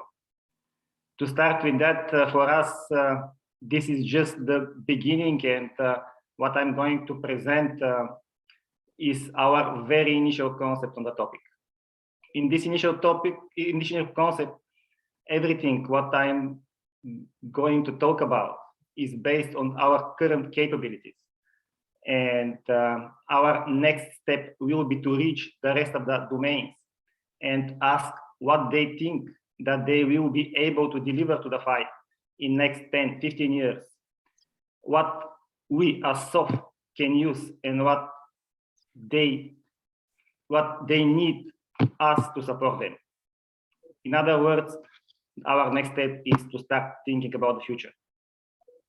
Having that being said, I'm moving straight to the military problem, without which for us is how do special operations, the military problem for us is how do special operations support military instrument of power to prepare, plan, orchestrate, and execute synchronized activities across all domains and environments in collaboration with other instruments of power, stakeholders, and actors throughout peacetime deterrence, crisis, and conflict. The idea against our military problem states that during peacetime vigilance, SOF conducts activities and preparation of the environment, and during crisis and conflict, execute special operations as part of Joint Force Commanders campaign plan in support of joint effects generation to mitigate risk, expand strategic options, and open windows of superiority for the joint force. These operations gain time for decision makers by removing strategic ambiguity via soft intelligence capabilities, deterring aggression through forward presence, building partner capacity, and enabling rapid decision cycles through situational awareness. During the peacetime deterrence, SOF provide national response options below the threshold of armed conflict. This includes wielding influence to local partners to develop and leverage partner capacity capability, supporting fighting or countering hybrid threats and counter-terror groups, and provide deep knowledge of the civil-military situation that improve real-time situational understanding, amplify operational effects, and disrupt an adversary's communication capabilities and decision-making process. In armed conflict, when directed, SOF will penetrate denied areas to support the disintegration of enemy anti-access and anti-denial systems, extend the joint forces' reach and ability to see, sense, stimulate, and strike critical standoff nodes with or through indigenous forces, thereby producing multiple physical, virtual, and cognitive dilemmas. The central idea is predicted on the four interrelated assumptions. which you can see on the slide in front of you. The first one is that the Special Operations Forces will be able to penetrate through portions of the enemy's anti-access and area denial systems. The second is that all multinational conventional forces across all physical domains and special operation forces will share compatible cross-functional operating systems, and they will be able to share relevant information. The third is that local partners and organized and not organized resistance forces in occupied territories will share similar to NATO objectives and demonstrate their resolve by providing appropriate resources. The last is that NATO SOF will have the required command and staff structure at strategic, operational, and tactical level, the necessary authorities, capabilities, and resources to plan, prepare, and execute campaigning activities during peacetime deterrence, crisis, and conflict. In the next part of the briefing, I'm going to provide you more details on how SOF will support multi-domain operations during the peacetime deterrence. The first line of effort here for us is persistent campaigning. NATO has traditionally associated campaigning with military operations and activities focused on achieving strategic objectives in order to attain victory. The recent actions of Russia indicate that it is willing to extend activities usually associated with armed conflict into the peacetime space. Russia seeks to intimidate and divide allies with political, economic, informational, and military actions without provoking a conflict response from NATO.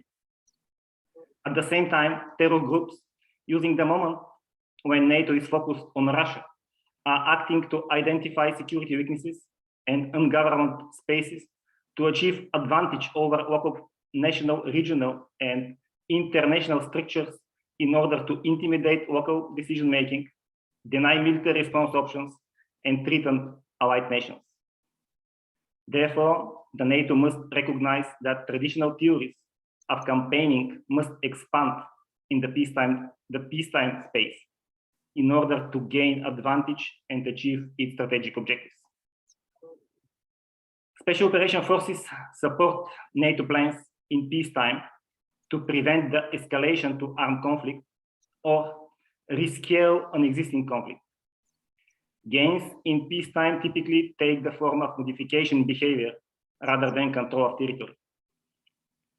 During the peacetime deterrence, SOF will usually support other elements of NATO command structure and or national organizations by generate situational understanding, shaping the environment, conducting exercises, support countering hybrid threats and terror groups, establish access to critical areas, positioning unit forward, and conduct operational in informational environment to influence relevant populations and complicate adversaries' decision-making. The second line of efforts is to expand NATO SOF network. The NATO SOF network is a system of personal and professional relationships with other SOF commands, joint force commands, allied and partnered forces, other governmental agencies, and non-governmental organizations. It provides a network for interactive exchange of information to facilitate deep understanding and create decision-making advantages.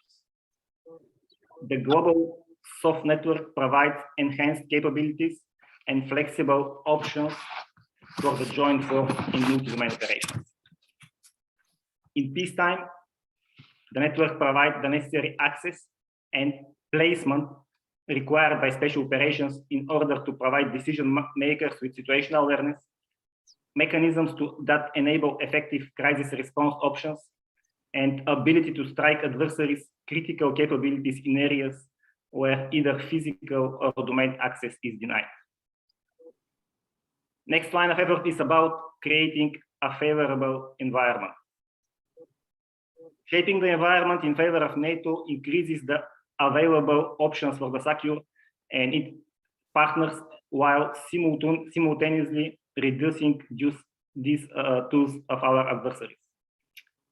SOF are shaping the operational environment by supporting partner nations in building capable forces, resilient society, and resistance capabilities.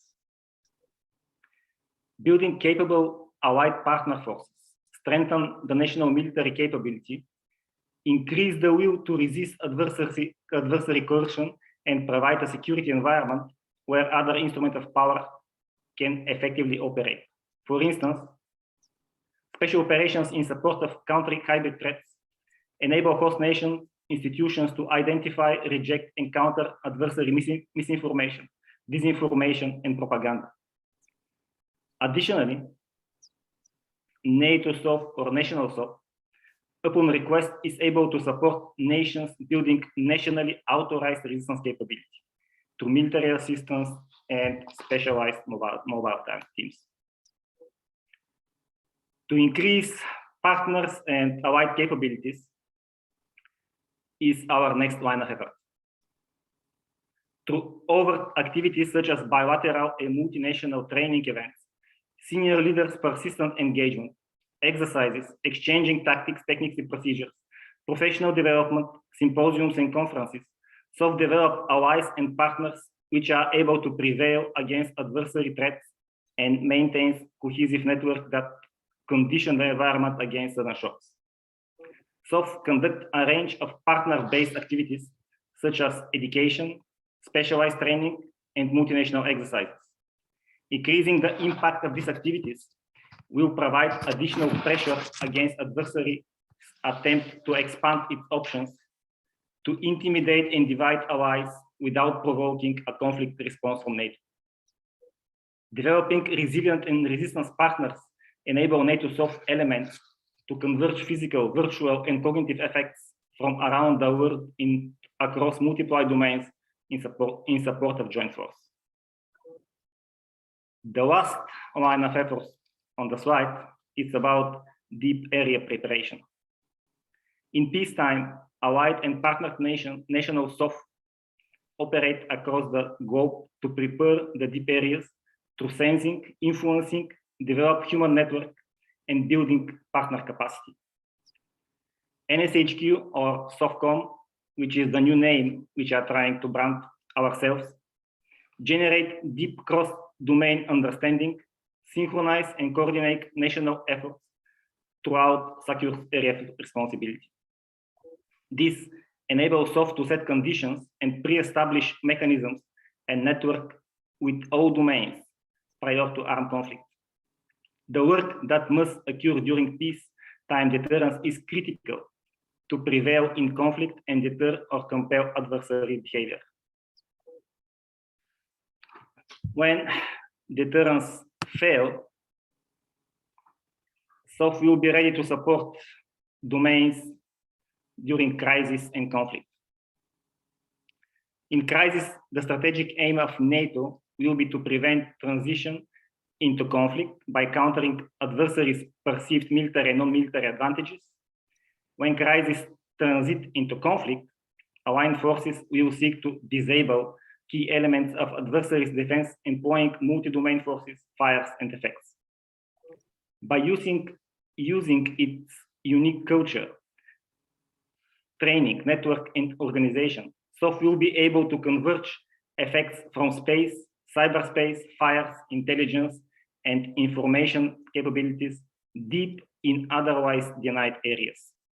While SOF operate in close and deep maneuver areas, the majority of SOF activities in armed conflict will occur in the operational and strategic deep fires areas.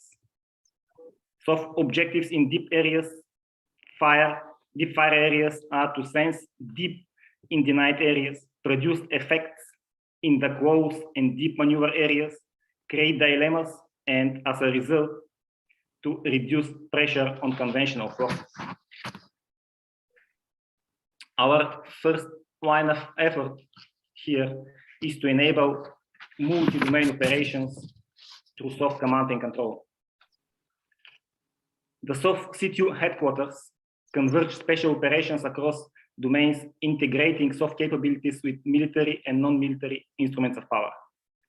To accomplish that, across NATO, NSHQ, and the regional special operation component commands require an enduring ability to synchronize, influence operations in multiple domains during peacetime and conflict, and to coordinate, synchronize, integrate, or deconflict special operation forces and conventional forces activities in time, space, and purpose. To create a picture of the operational environment beyond conventional resources and capabilities is the second line of efforts here.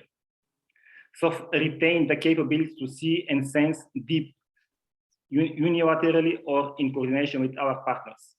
When enemy interferes, creates domain denial gaps that degrade joint and national sensors.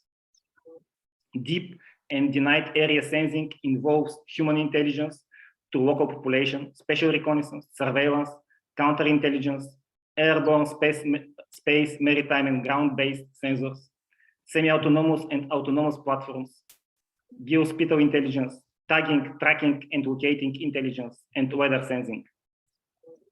To overcome the technical challenges of processing data in denied and degraded environment, SOF will disseminate data through low visibility, low probability of detection, non-standard communication, and employ enhanced virtual and physical signature management to remain undetected.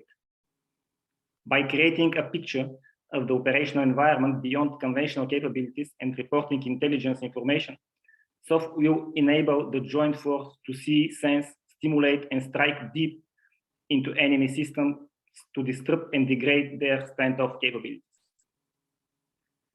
Next line, going down to the next line of effort, enable deep area fires.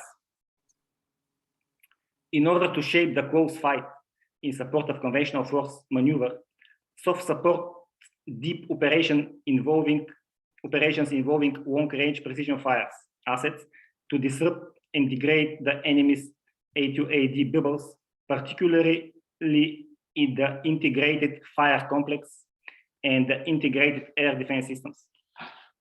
SOF conducts special reconnaissance independently with or through indigenous forces to provide intelligence, weather information, and target acquisition data for engagement by long-range precision fires and conduct battle damage assessments. The convergence of forward-positioned SOF with cyberspace and space capabilities enhanced lethal and non-lethal effects in deep areas, while enabling fires in the deep fire areas. SOF interacts with space and cyber to target enemy space assets on the ground and enemy cyberspace capabilities by providing access and placement to cyberspace and space infrastructure in deep areas during period of respective enemy domain degradation. This allows unilateral or partner targeting of critical enemy space and cyber components that may otherwise be inaccessible. The next efforts are to support the disintegration of the A2AD systems. SOF support the enemy's A2AD systems component disintegration to include capabilities that detect, identify, and track joint force, aircrafts, and command and control centers that synchronize A2AD efforts by conducting target and identification through unilateral or partner direct actions or coordinated joint fires. SOF destroy enemy critical nodes, including situ facilities, ground-based air defense systems, and mid and long-range fire assets. Deep area preparation activities conducted during the peacetime set the conditions for SOF to use human resistance network not only to provide intelligence about high-priority systems and targets, but also to offer an alternative capability to strike deep and neutralize temporary or permanently critical and vulnerable components of the enemy's A2AD system. Additionally to the human resistance network, SOF are capable to leverage unmanned aircraft systems and counter unmanned aircraft systems capabilities, in support of joint force efforts to disintegrate an enemy's ITU-AD system. Deep targeting can be increasingly effective when paired with technological advances such as drones. The next line of efforts is deep area resistance force maneuver. SOF contribute to joint force operations in the deep areas by integrating local partner forces, resistance or insurgency, into schemes maneuver that supports the joint force commander's efforts through its core mission activities of military assistance or unconventional warfare. SOF leverage local resistance or insurgent assets to shape the operational environment, gain access and placement, conduct attacks against enemy regional and global systems, align sensors, and drive targeting operations. In cases when the risk is unacceptable or SOF cannot penetrate enemy defense system, remote, train, advise, and assist operations will serve as virtual vehicle that SOF employ to prepare and enables resistance or local population to conduct clandestine targeting on adversaries' ITU-AD systems. Remote advising may include training and equipping resistance elements in a secure location outside the denied area, or remotely advising and assisting these elements virtually from secure locations. The last line of efforts here is to support the close fight. Employing SOF in the close area requires deliberate decision that the importance of the mission outweighs the potential loss of SOF combat power. SOF support the joint force in close fight, providing combat power, both organic and from locally sourced forces that supports the JFC commander's efforts by collecting intelligence, contributing to the joint targeting, seize key terrain, organize and train resistance forces, conduct forcible entry operations, and conduct other activities that facilitate the introduction of conventional forces. Not all activities that create effects in close operations necessarily take place near or at the point of direct enemy contact. For instance, joint targeting operations against enemy fire capabilities in deep areas can relieve pressure on conventional forces operating in the close areas. Additionally, SOF conduct or support psychological operations to create effects across the area of responsibility and support conventional forces operation in close and deep maneuver areas. SOF psychological operations forces build partner psychological force capability, conduct military deception, influence and shaping operations, influence focused targeting and internet-based military information, support operation to target the enemy's will and influence the population. I will stop here now and we'll try to answer if you have some questions.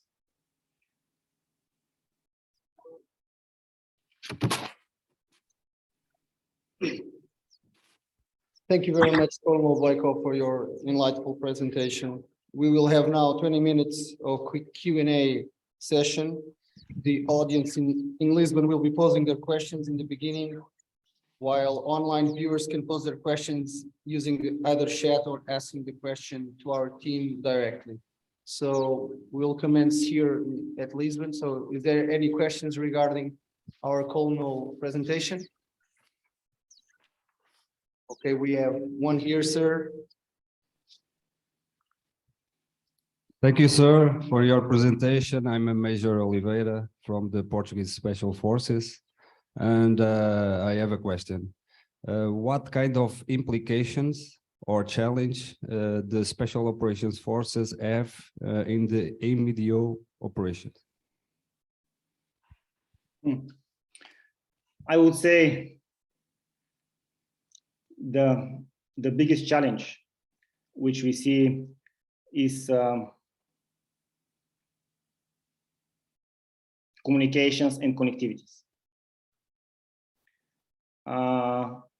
the next challenge which we see, I mean, from this position now, is to find out how the future operational environment will look like, and how the technology will drive these changes. What kind of capabilities we will need to develop in the close future to be relevant for the next battle. I mean, the technology probably will be the main driver of the change, and we are looking for that technology to fill some of our gaps now, based on what I just briefed you. For instance, the challenge for us is how to penetrate the enemy's A2AD systems, how to operate in these deep areas, and we see the technology that maybe will allow us to infiltrate forces through low orbit using the space capabilities, technology that will allow us to extend our operational reach into denied areas, as technology as autonomous or semi-autonomous vehicles use the, again, low orbit space to deliver some logistic in these deep denied areas, and so on and so on. And the other gap is, our challenge is, again, communication, how we can communicate in this area, how we can avoid detection, disruption, how we can communicate safely with the local populations in these deep areas. Is that the answer of your question, or at least partly? Okay, sir, the question has been answered. Is there any other questions? Okay, so we have one here, sir, that we know that there has been a recent article saying that the future of special operations regarding multi-domain operations says that there has to be an integration of the component command of special operations forces regarding with the other components regarding lands, maritime, and so on. And that article says that in the near future, in the multi-domain operations, SOF has to work together with the other components, with the other component commands, differently that has been working in the previous 20 years regarding the fight against the counterterrorism. So what is your view about the future regarding this issue, if the Special Operations Component Command will work together with the other component commands and not so much isolated as in the previous 20 years? Thank you. Thank you for the question. I would say that probably the SOF are one of the most multi-domain operation forces already. I mean, what I mean is that we are working with all the services. We have been working with the land, maritime, and air for years. We have been using space, the space imageries, the GPS, TACSAT, and so on and so on. The new for us is cyber, and what we are trying to do is to identify what cyber can bring on the fight, what we can use, and how we can support the cyber.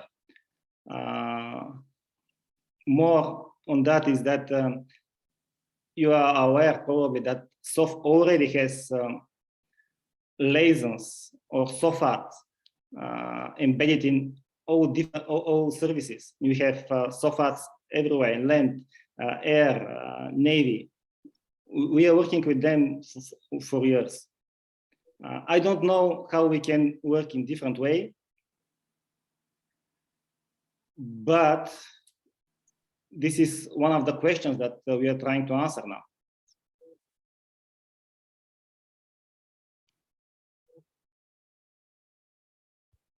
Okay, thank you, sir. Is there any other questions? Okay, so thank you very much, Colonel BOYKOV. Thank you once again for both for your support, but also and mainly for the great session that you were able to provide to the audience. So, and regarding the next session, due to the schedule issues and ongoing events in Norfolk, will now happen. So, thank you very much, sir. Thank you. I would ask, before giving the floor to you, if you kindly introduce yourself to the audience. We have here in Lisbon with the Joint Staff Course students, and online we have around 15 people assisting to this conference. So if you can kindly present yourself, I would appreciate that. No problem at all. So I'm Wing Commander Neil King. I'm UK Royal Air Force, and originally I was an air traffic controller, but over the past 7 or 8 years I've been a joint effects targeteer. So that means qualified in kinetic, non-kinetic targeting, and also a special technical ops targeteer as well.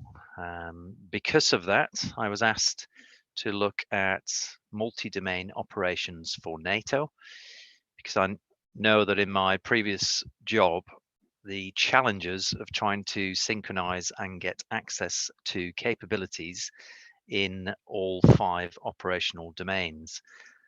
Hopefully you can see the slides. Do you have the slides there? We can see them yet.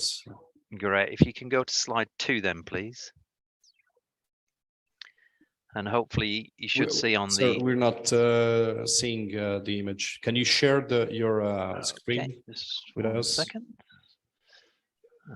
Let's share that.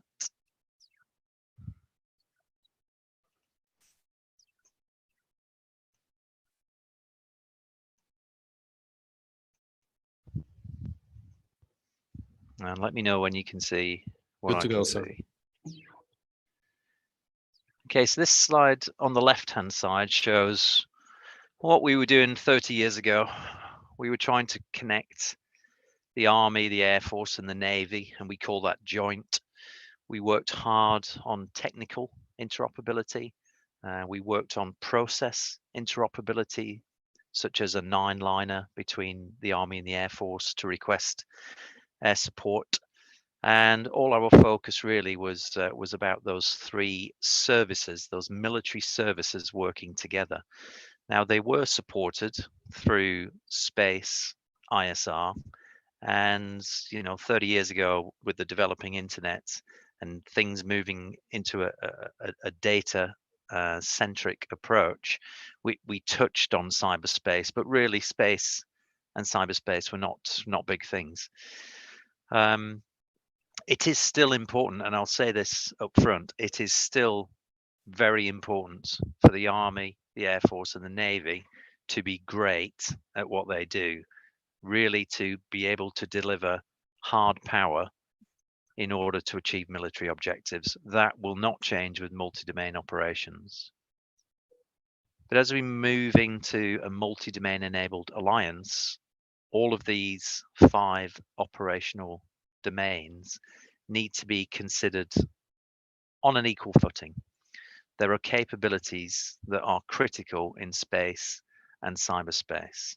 If we want to attack our adversaries, we're not just going to attack their aircraft, tanks, and ships, but we also need to be able to disrupt their ability to use space ISR, to communicate, to deliver precision, and also we need to be able to protect our data, our systems, and disrupt and degrade the systems in cyberspace of our adversaries. So that relative advantage in space and cyberspace is what is one of the big differences between joint and MDO. We also are more reliant nowadays on non-military capabilities. If you imagine 30 years ago, a lot of the satellites were government owned or military owned, but nowadays commercial sectors are exploiting lower Earth orbit, and SpaceX is a good example that is pumping 70 satellites a month into orbit in order to develop its Starlink system. And other companies are doing that across all the different nations.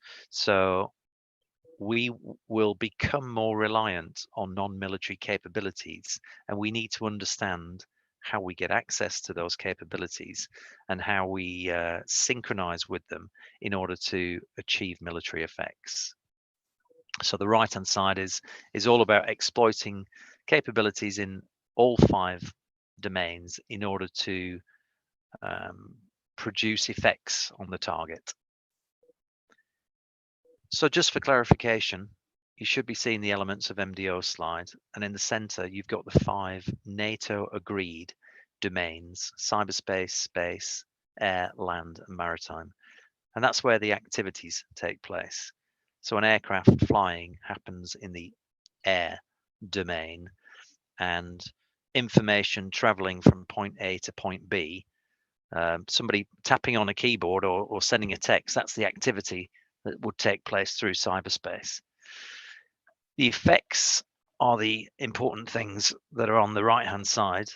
And if you have an understanding of AJP1 edition Foxtrot that's just come out, that talks about the effects dimensions, and they're the virtual, the cognitive and the physical. So before you think about activities, we need to plan what effects we're trying to achieve. Now, a physical effect could be a kinetic strike from one of the traditional domains. Cognitive effects, so to convince or coerce, could happen through cyberspace, the delivery of messages. And a virtual attack, so to destroy data or disrupt data, also would be a cyberspace activity. But equally, if you destroy a data center, you are creating a physical effect that also affects the virtual, and probably also cognitively convinces or coerces your adversaries. So don't think that those effects are singular in planning. There will be second and third order effects, and it might be the second order effect that is actually the effect that you're looking for.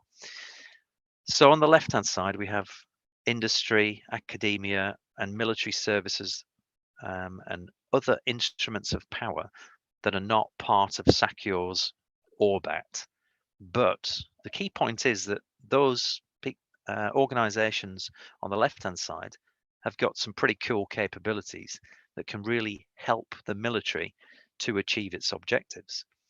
Some nations don't have military cyber capabilities, and their space programs are non-military as well. But if you think we want to exploit all of the capabilities that are within the alliance nations and partners, then whether they're military or non-military, it is to the benefit of SACEUR and the military commanders to get access to them, so that we can develop tailored options, or we can reduce the risk to our frontline forces. So the left-hand side, the collaborate, is one of the, again, key differences between joint and MDO. We will be collaborating with non-military a lot more than we would within joint in order to access capabilities. So on the screen now we have the NATO agreed definition of multi-domain operations and the approved vision. We had the military committee here at Norfolk yesterday. We went through MDO with the military committee, and they're very obviously they're very keen to get after and deliver multi-domain operations for NATO. But it all started really with agreeing a definition. Now, I saw in some of your documents that you recognize the US Army acknowledgement of multi-domain operations as a title, but you also noted that the US Air Force uses joint all-domain operations. Well, I can tell you that across lots of different nations, they have lots of different views. And the Canadians, for example, use pan-domain. The UK uses multi-domain integration, which is very different to NATO MDO. And other nations use a variety of different definitions of what they consider to be multi-domain. And also, what is a domain? Because some nations see information as a domain, cognitive as a domain. So what we really needed to do is put a foundation down of what NATO means by multi-domain. And as you remember from the previous slides, NATO has 5 operational domains. And on the screen, you see the definition. Now, I just want to link to a couple of words. Orchestration. It's a word that we like to explain in the context of multi-domain because it is different to synchronization. If the military commander has OPCON November or TACON November of military assets, then that military commander can direct those assets to do things a little bit like a conductor in an orchestra directs his assets. So more trumpets, less violins, more trombones. The conductor orchestrates the things that he or she has control over. So that's why we can orchestrate military activities. But what we can't do is direct other instruments of power or commercial capabilities, because we don't have C2 of those capabilities. So we need to be able to collaborate with those entities to get access to their capabilities, and then we synchronize with those. We don't direct, we don't orchestrate them, we have to synchronize them in order to get their effects to be converging with our military effects at the speed of relevance. At the bottom of the slide, you see tailored options at the right time and place. So just to touch on that briefly, we don't have to respond like for like. If we're being attacked by aircraft, sure, we want to defend with aircraft, but we should also be attacking the adversary's ability to communicate to those aircraft, which might be through space communications. The ability of those aircraft to use data to have an understanding of the battle space, which we might have to do through cyberspace. So the idea of tailored options is that everything's on the table. If you can see a vulnerability of your adversary or an opportunity to attack, then by attacking all of them or using the element of surprise to attack their data when they would expect you to do something else, that gives you tailored options, which we need to do at the right time and place. And one of the benefits with space and with cyberspace is that we don't have to wait to deploy the force, to move land forces from country to country, especially over water, takes a significant amount of time and resources, whereas cyberspace can give you opportunities, space can give you opportunities as well to do activities that deliver effects. When we looked at the multi-domain operations concepts, we also looked at all the different principles that nations had published and that were published within the Allied joint publications. Now, I'm not going to go into these in a great detail, but just to say that with all the principles that were on the table, 4 of them were seen as key to multi-domain operations. Agility is a principle that has been relevant to military operations for quite a long time. So that's still relevant to multi-domain operations. It's about flexibility, prioritization. It's about exploiting the data that is available now in order to generate agility. It's also unity, a principle that you will have heard about before. That's about collaborating. And I mentioned, the civil partners, the commercial entities, the other instruments of power. That collaboration is key to generate unity, so we can harmonize our outputs and synchronize our activities. Interconnectivity on the right-hand side is more important than interoperability in a lot of ways. There might be forces that are on completely different missions that are operating in the battle space. If they're connected, then they can share data so that the operational level and others can exploit that data to improve their understanding of the battle space. But they don't need to be interoperable. And when I mention interoperable, there are two aspects. Technical interoperability, where legacy system needs to fit with modern system, so things plug into each other. But there's also an operating interoperability.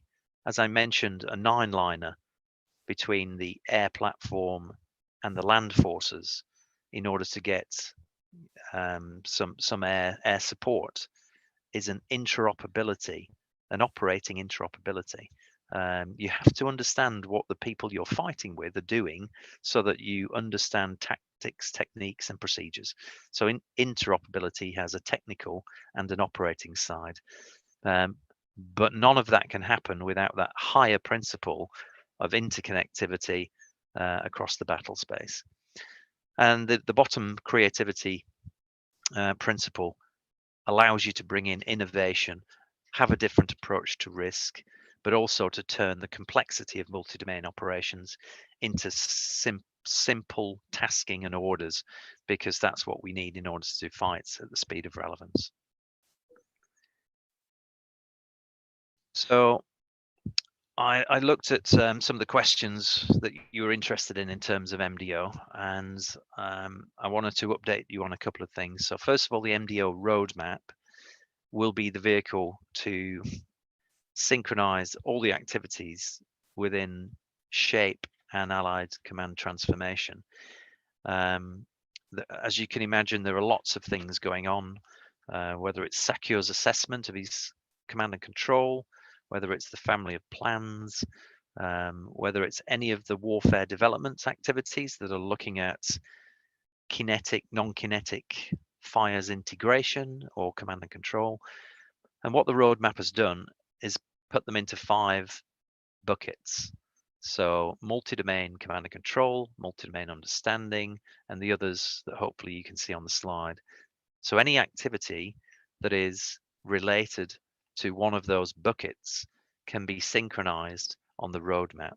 And the advantage of having a roadmap like that is that you have a better understanding of what people are trying to achieve, and you can bring projects together, or you can accelerate some projects to the benefit of others, and it allows commanders to prioritize. So the MDO roadmap is in development. It's briefed to the military committee yesterday. So that's the vehicle for NATO to deliver an MDO enabled alliance. It was mentioned about what does MDO mean to smaller forces, and there is a conference. The annual MDO conference will take place in October in Denmark, specifically looking at MDO for smaller forces. Now, there are some nations that have services like the US Army that can operate in 5 domains, but that's not normal. Most of the nations have services in land, in air, some in maritime, less still in cyberspace, and fewer still in space. But all the nations should be doing defensive cyber So data security, which is part of defensive cyber, is something we're all doing. So all nations can contribute to sharing knowledge about defensive cyber practices, etc. Some nations are outstanding in cyberspace, but don't really have much of an air force. So the key is that everybody can contribute, everyone can share the knowledge across the 5 domains, and collectively, and that's the strength of NATO, isn't it? Collectively, the small forces contribute, the big forces contribute, and we can collectively deliver this multi-domain operations. There were some questions about lessons regarding multi-domain, and I think, you know, the key experiences I've had, and even discussing the subject, is that MDO is difficult. It was difficult for joint to connect armies to air forces to navies. That was difficult. MDO is going to be even more difficult because we're trying to have interconnectivity with capability providers from commercial sector, from other instruments of power, and synchronizing activities with all those different elements for which the commander might not have command and control is going to be difficult. But our adversaries are already operating with a multi-domain mindset, and we're already collecting lessons from the Russian attack on Ukraine and how Russia exploited or attacked data centers in cyberspace, how it disrupted space communications in order to deliver land maneuver. So land maneuver wasn't their first thing. It was attacking other domains so that land could then maneuver.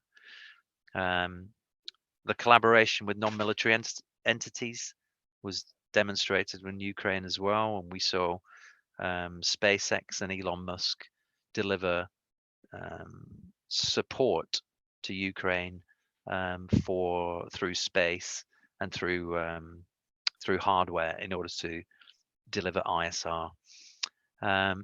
And other lessons is that, you know, interconnectivity between platforms to allow decisions to be made and to share knowledge and best practice is also a key lesson as we move forward. So that's a relatively quick run through of multi-domain operations. Hopefully that has answered some of your questions, but I'm more than happy to take some questions if you would like to do that.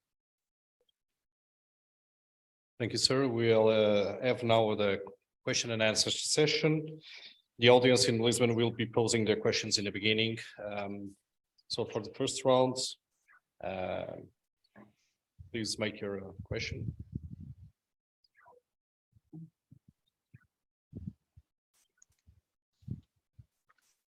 Good afternoon, sir. Thank you for your presentation and for sharing with us the NATO vision about this important topic.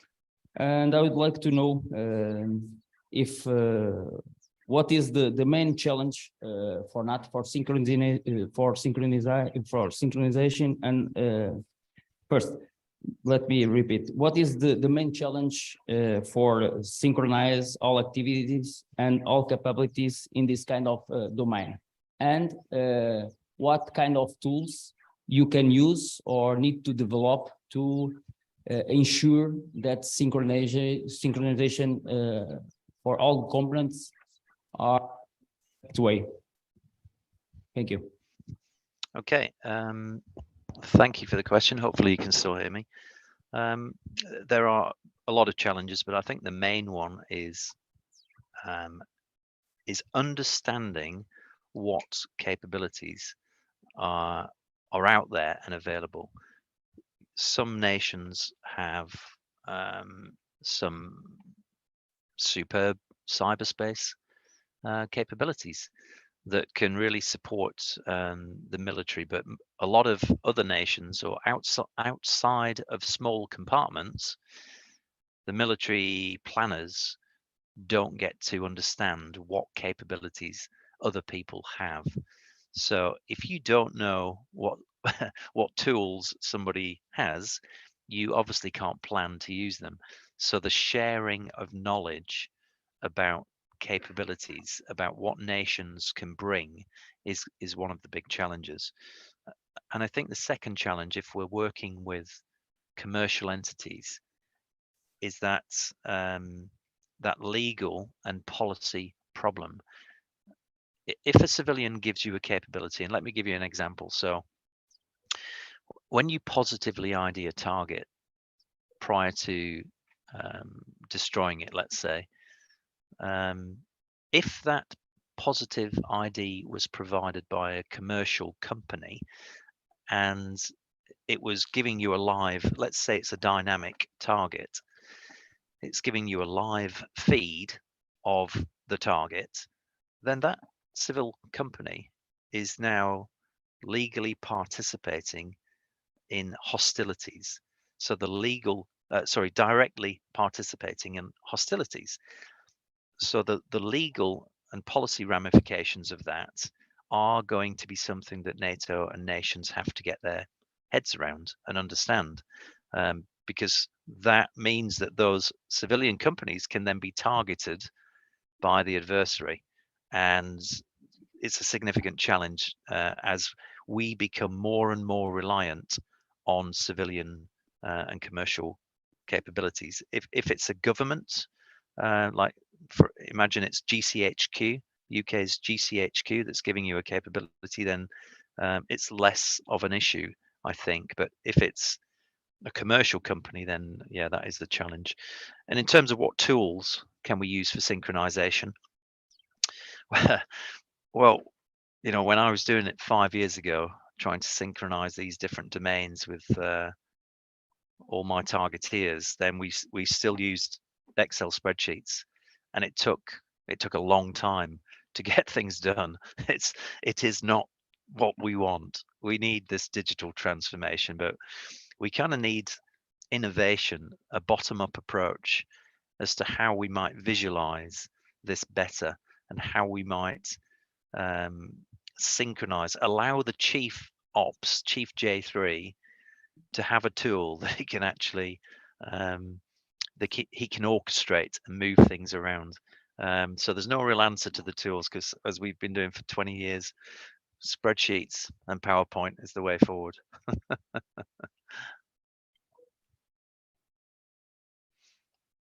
Thank you, sir. I'm gonna see if there's another question from here from Lisbon.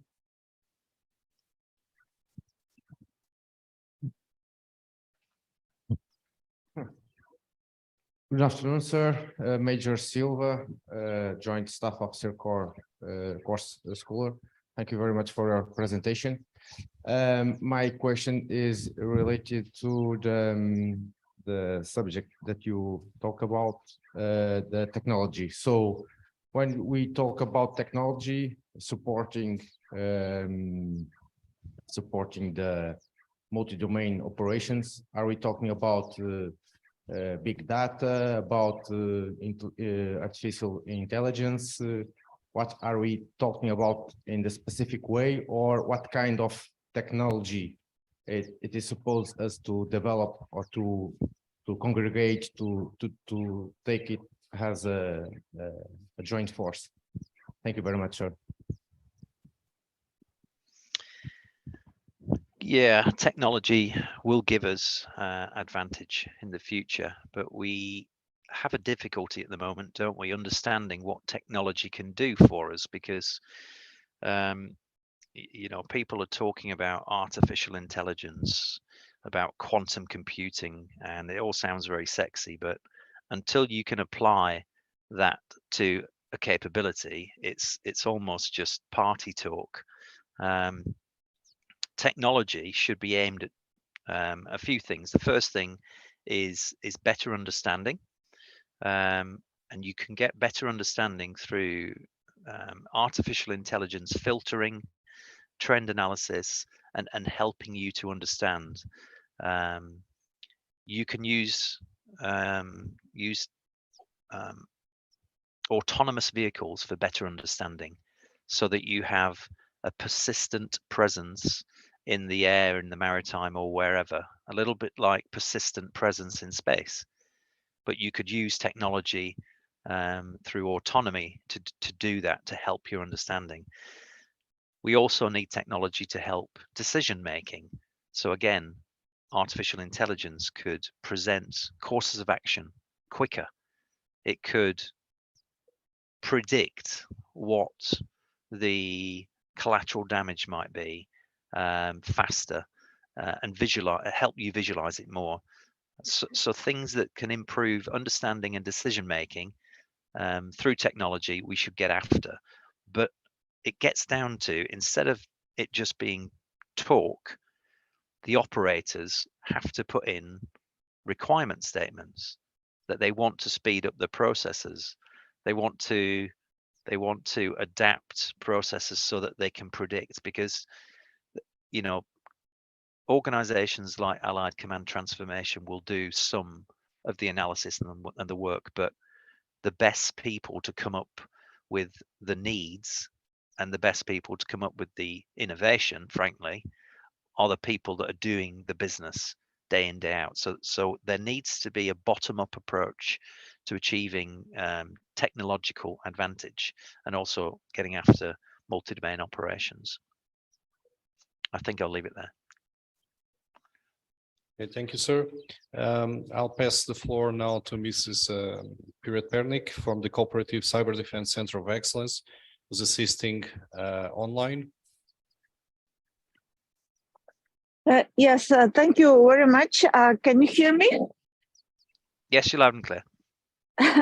Thank you. Thank you so much for this excellent presentation. And I was wondering if you could a little bit elaborate on if there are any ideas of connecting federated mission networking with the future MDC2.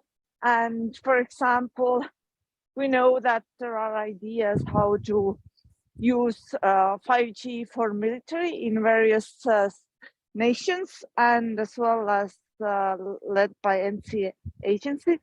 So, and also regarding potentially using, you mentioned dual use technologies such as SpaceX, potentially integrating those into federated mission networking, and of course not talking about only about the architecture, but also like a processes and operational procedures, etc. So is it a part of C2 kind of general architecture to connect those, and also if you could a little bit explain what are the security concerns there, especially regarding the commercial technology, and what are some of the, because we know perhaps they have to be integrated quickly and they don't have the same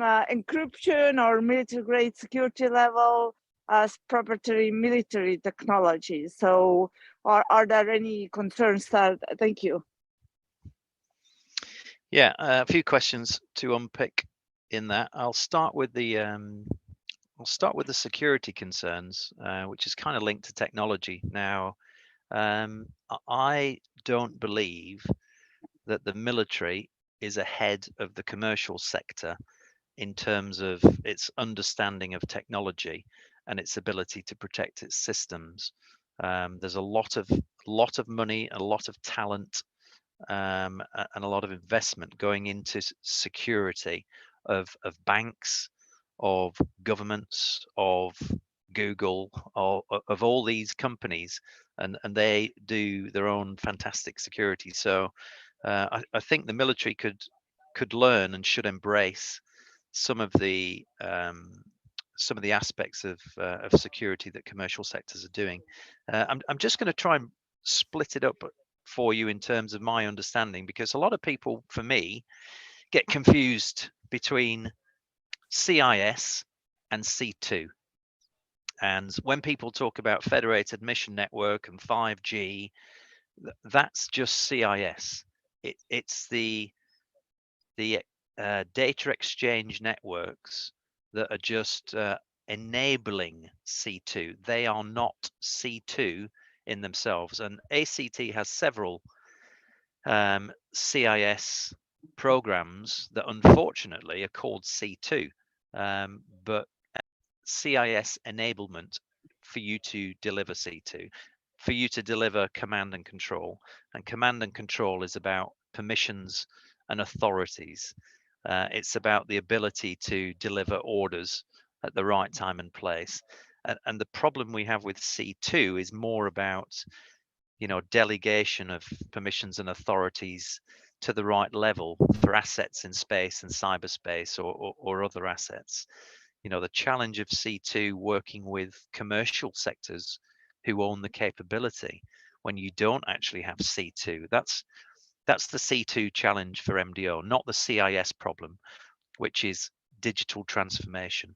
FMN, 5G, and all those other CIS projects are going to be part of digital transformation, which is the key enabler for MDO and for the delivery of C2.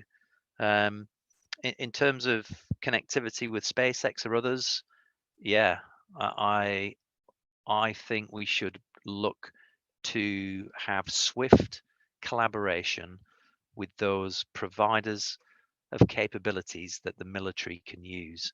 And if a country is going to utilize SpaceX platforms, it needs to be connected. It needs to have interconnectivity with that service provider. And I think it's very important. And yes, there will be some challenges in terms of different encryptions, different data securities, but that's all part of the challenge for digital transformation. I hope that answers your question.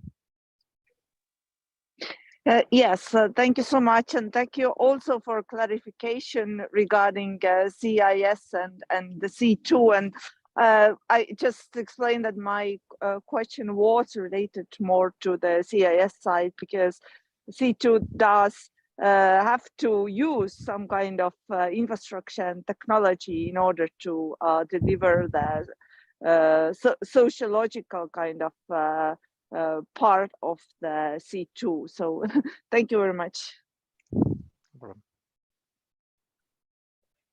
Thank you, Ms. Pernik. I'll ask again if there's some more questions on the online side.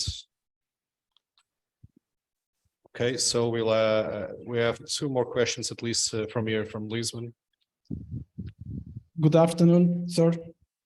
I would like to know what will change in the military capability development with the multi-domain operations. Yeah, that's a good question, and it really depends on the role of the military.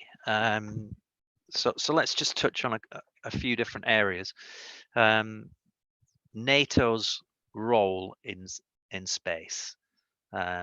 Does that mean that NATO needs to create its own space capabilities, or is it going to be reliant on collaborating with commercial entities and with coordinating with nations? So NATO itself still has to work out what its role is going to be in space. Currently, it does some fantastic coordination. It helps to fuse data from space assets into the NATO Intelligence Fusion Center, and but it doesn't really have a remit or a task to monitor space, to avoid things colliding. You know, that's done on a different level. Interestingly though, France is just setting up a space center of excellence, which will probably look at what NATO's role is going to be in space, and that may lead to capability development in that area.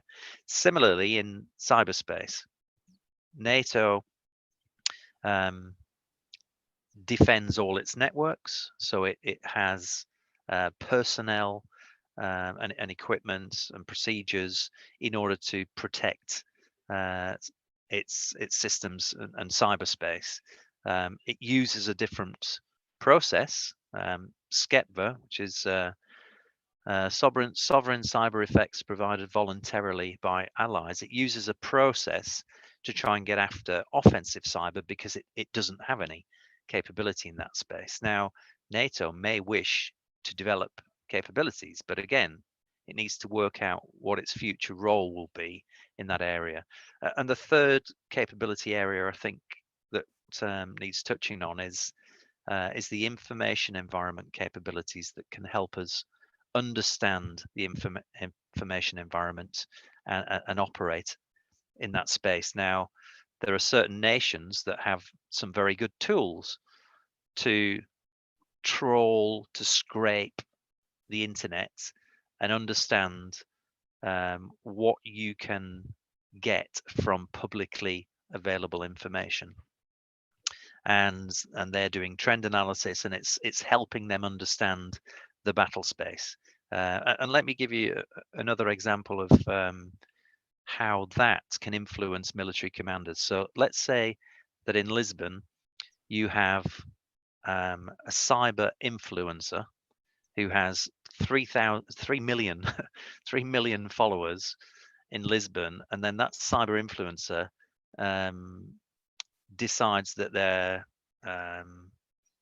they're anti-NATO, or they're supporting the forces that are coming into invade. Then that cyber influencer could be blocking main supply routes, because they could say, hey, I want all my followers to try and put their vehicles in awkward places at junctions to try and block the junctions so that NATO can't use it.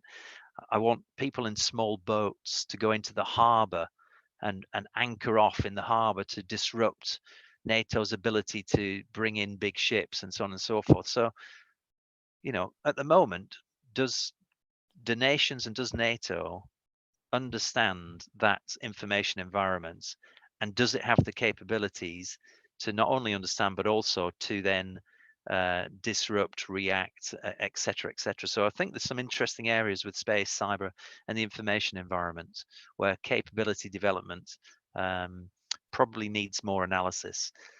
As I mentioned before, armies, air force, and navies should still try and get the best capabilities, should still try and war fight effectively to take ground, air, and sea as well, because that's the fundamental of our military existence. But we do need to bear in mind all these other things. Over. So we have one more question here from Lisbon. Good afternoon, sir. Thank you, first of all, for your enlightful presentation. This bond between the commercial activities and the military, I don't know if we are talking about interagency operations, and if it's that so, in your opinion, what are the forces or the commands in NATO that are more suited to experiment this concept that's already in the level 1 doctrine of NATO? Thank you. Yeah, I think we've got a difference between commercial and agencies. So I can't really talk too much about it. One, because it's national, and two, because we're unclassified. But I did an operation 5 years ago that involved army assets, a satellite, and some cyberspace activities. Now, one of those was agency, one of those was military, and one of those was commercial. But to synchronize those activities, to deliver the effect that we were trying to deliver, it took nearly 2 months, and it took the authorities. And when we talk about C2, so there was collaboration with the commercial provider, but there were the decisions to act still sat with the commanders. But because of the capabilities that we were using, the authorities sat extremely high, and we had to get approval of the President of the United States, and we had to get approval of the UK Defence Minister, and that's time consuming.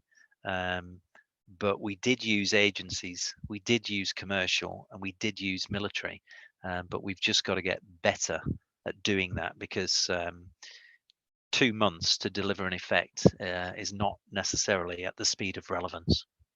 Over. Thank you, sir. I'll ask if there's any more question to be made. We still have a little bit of time. If not, okay, we have one more. The last one.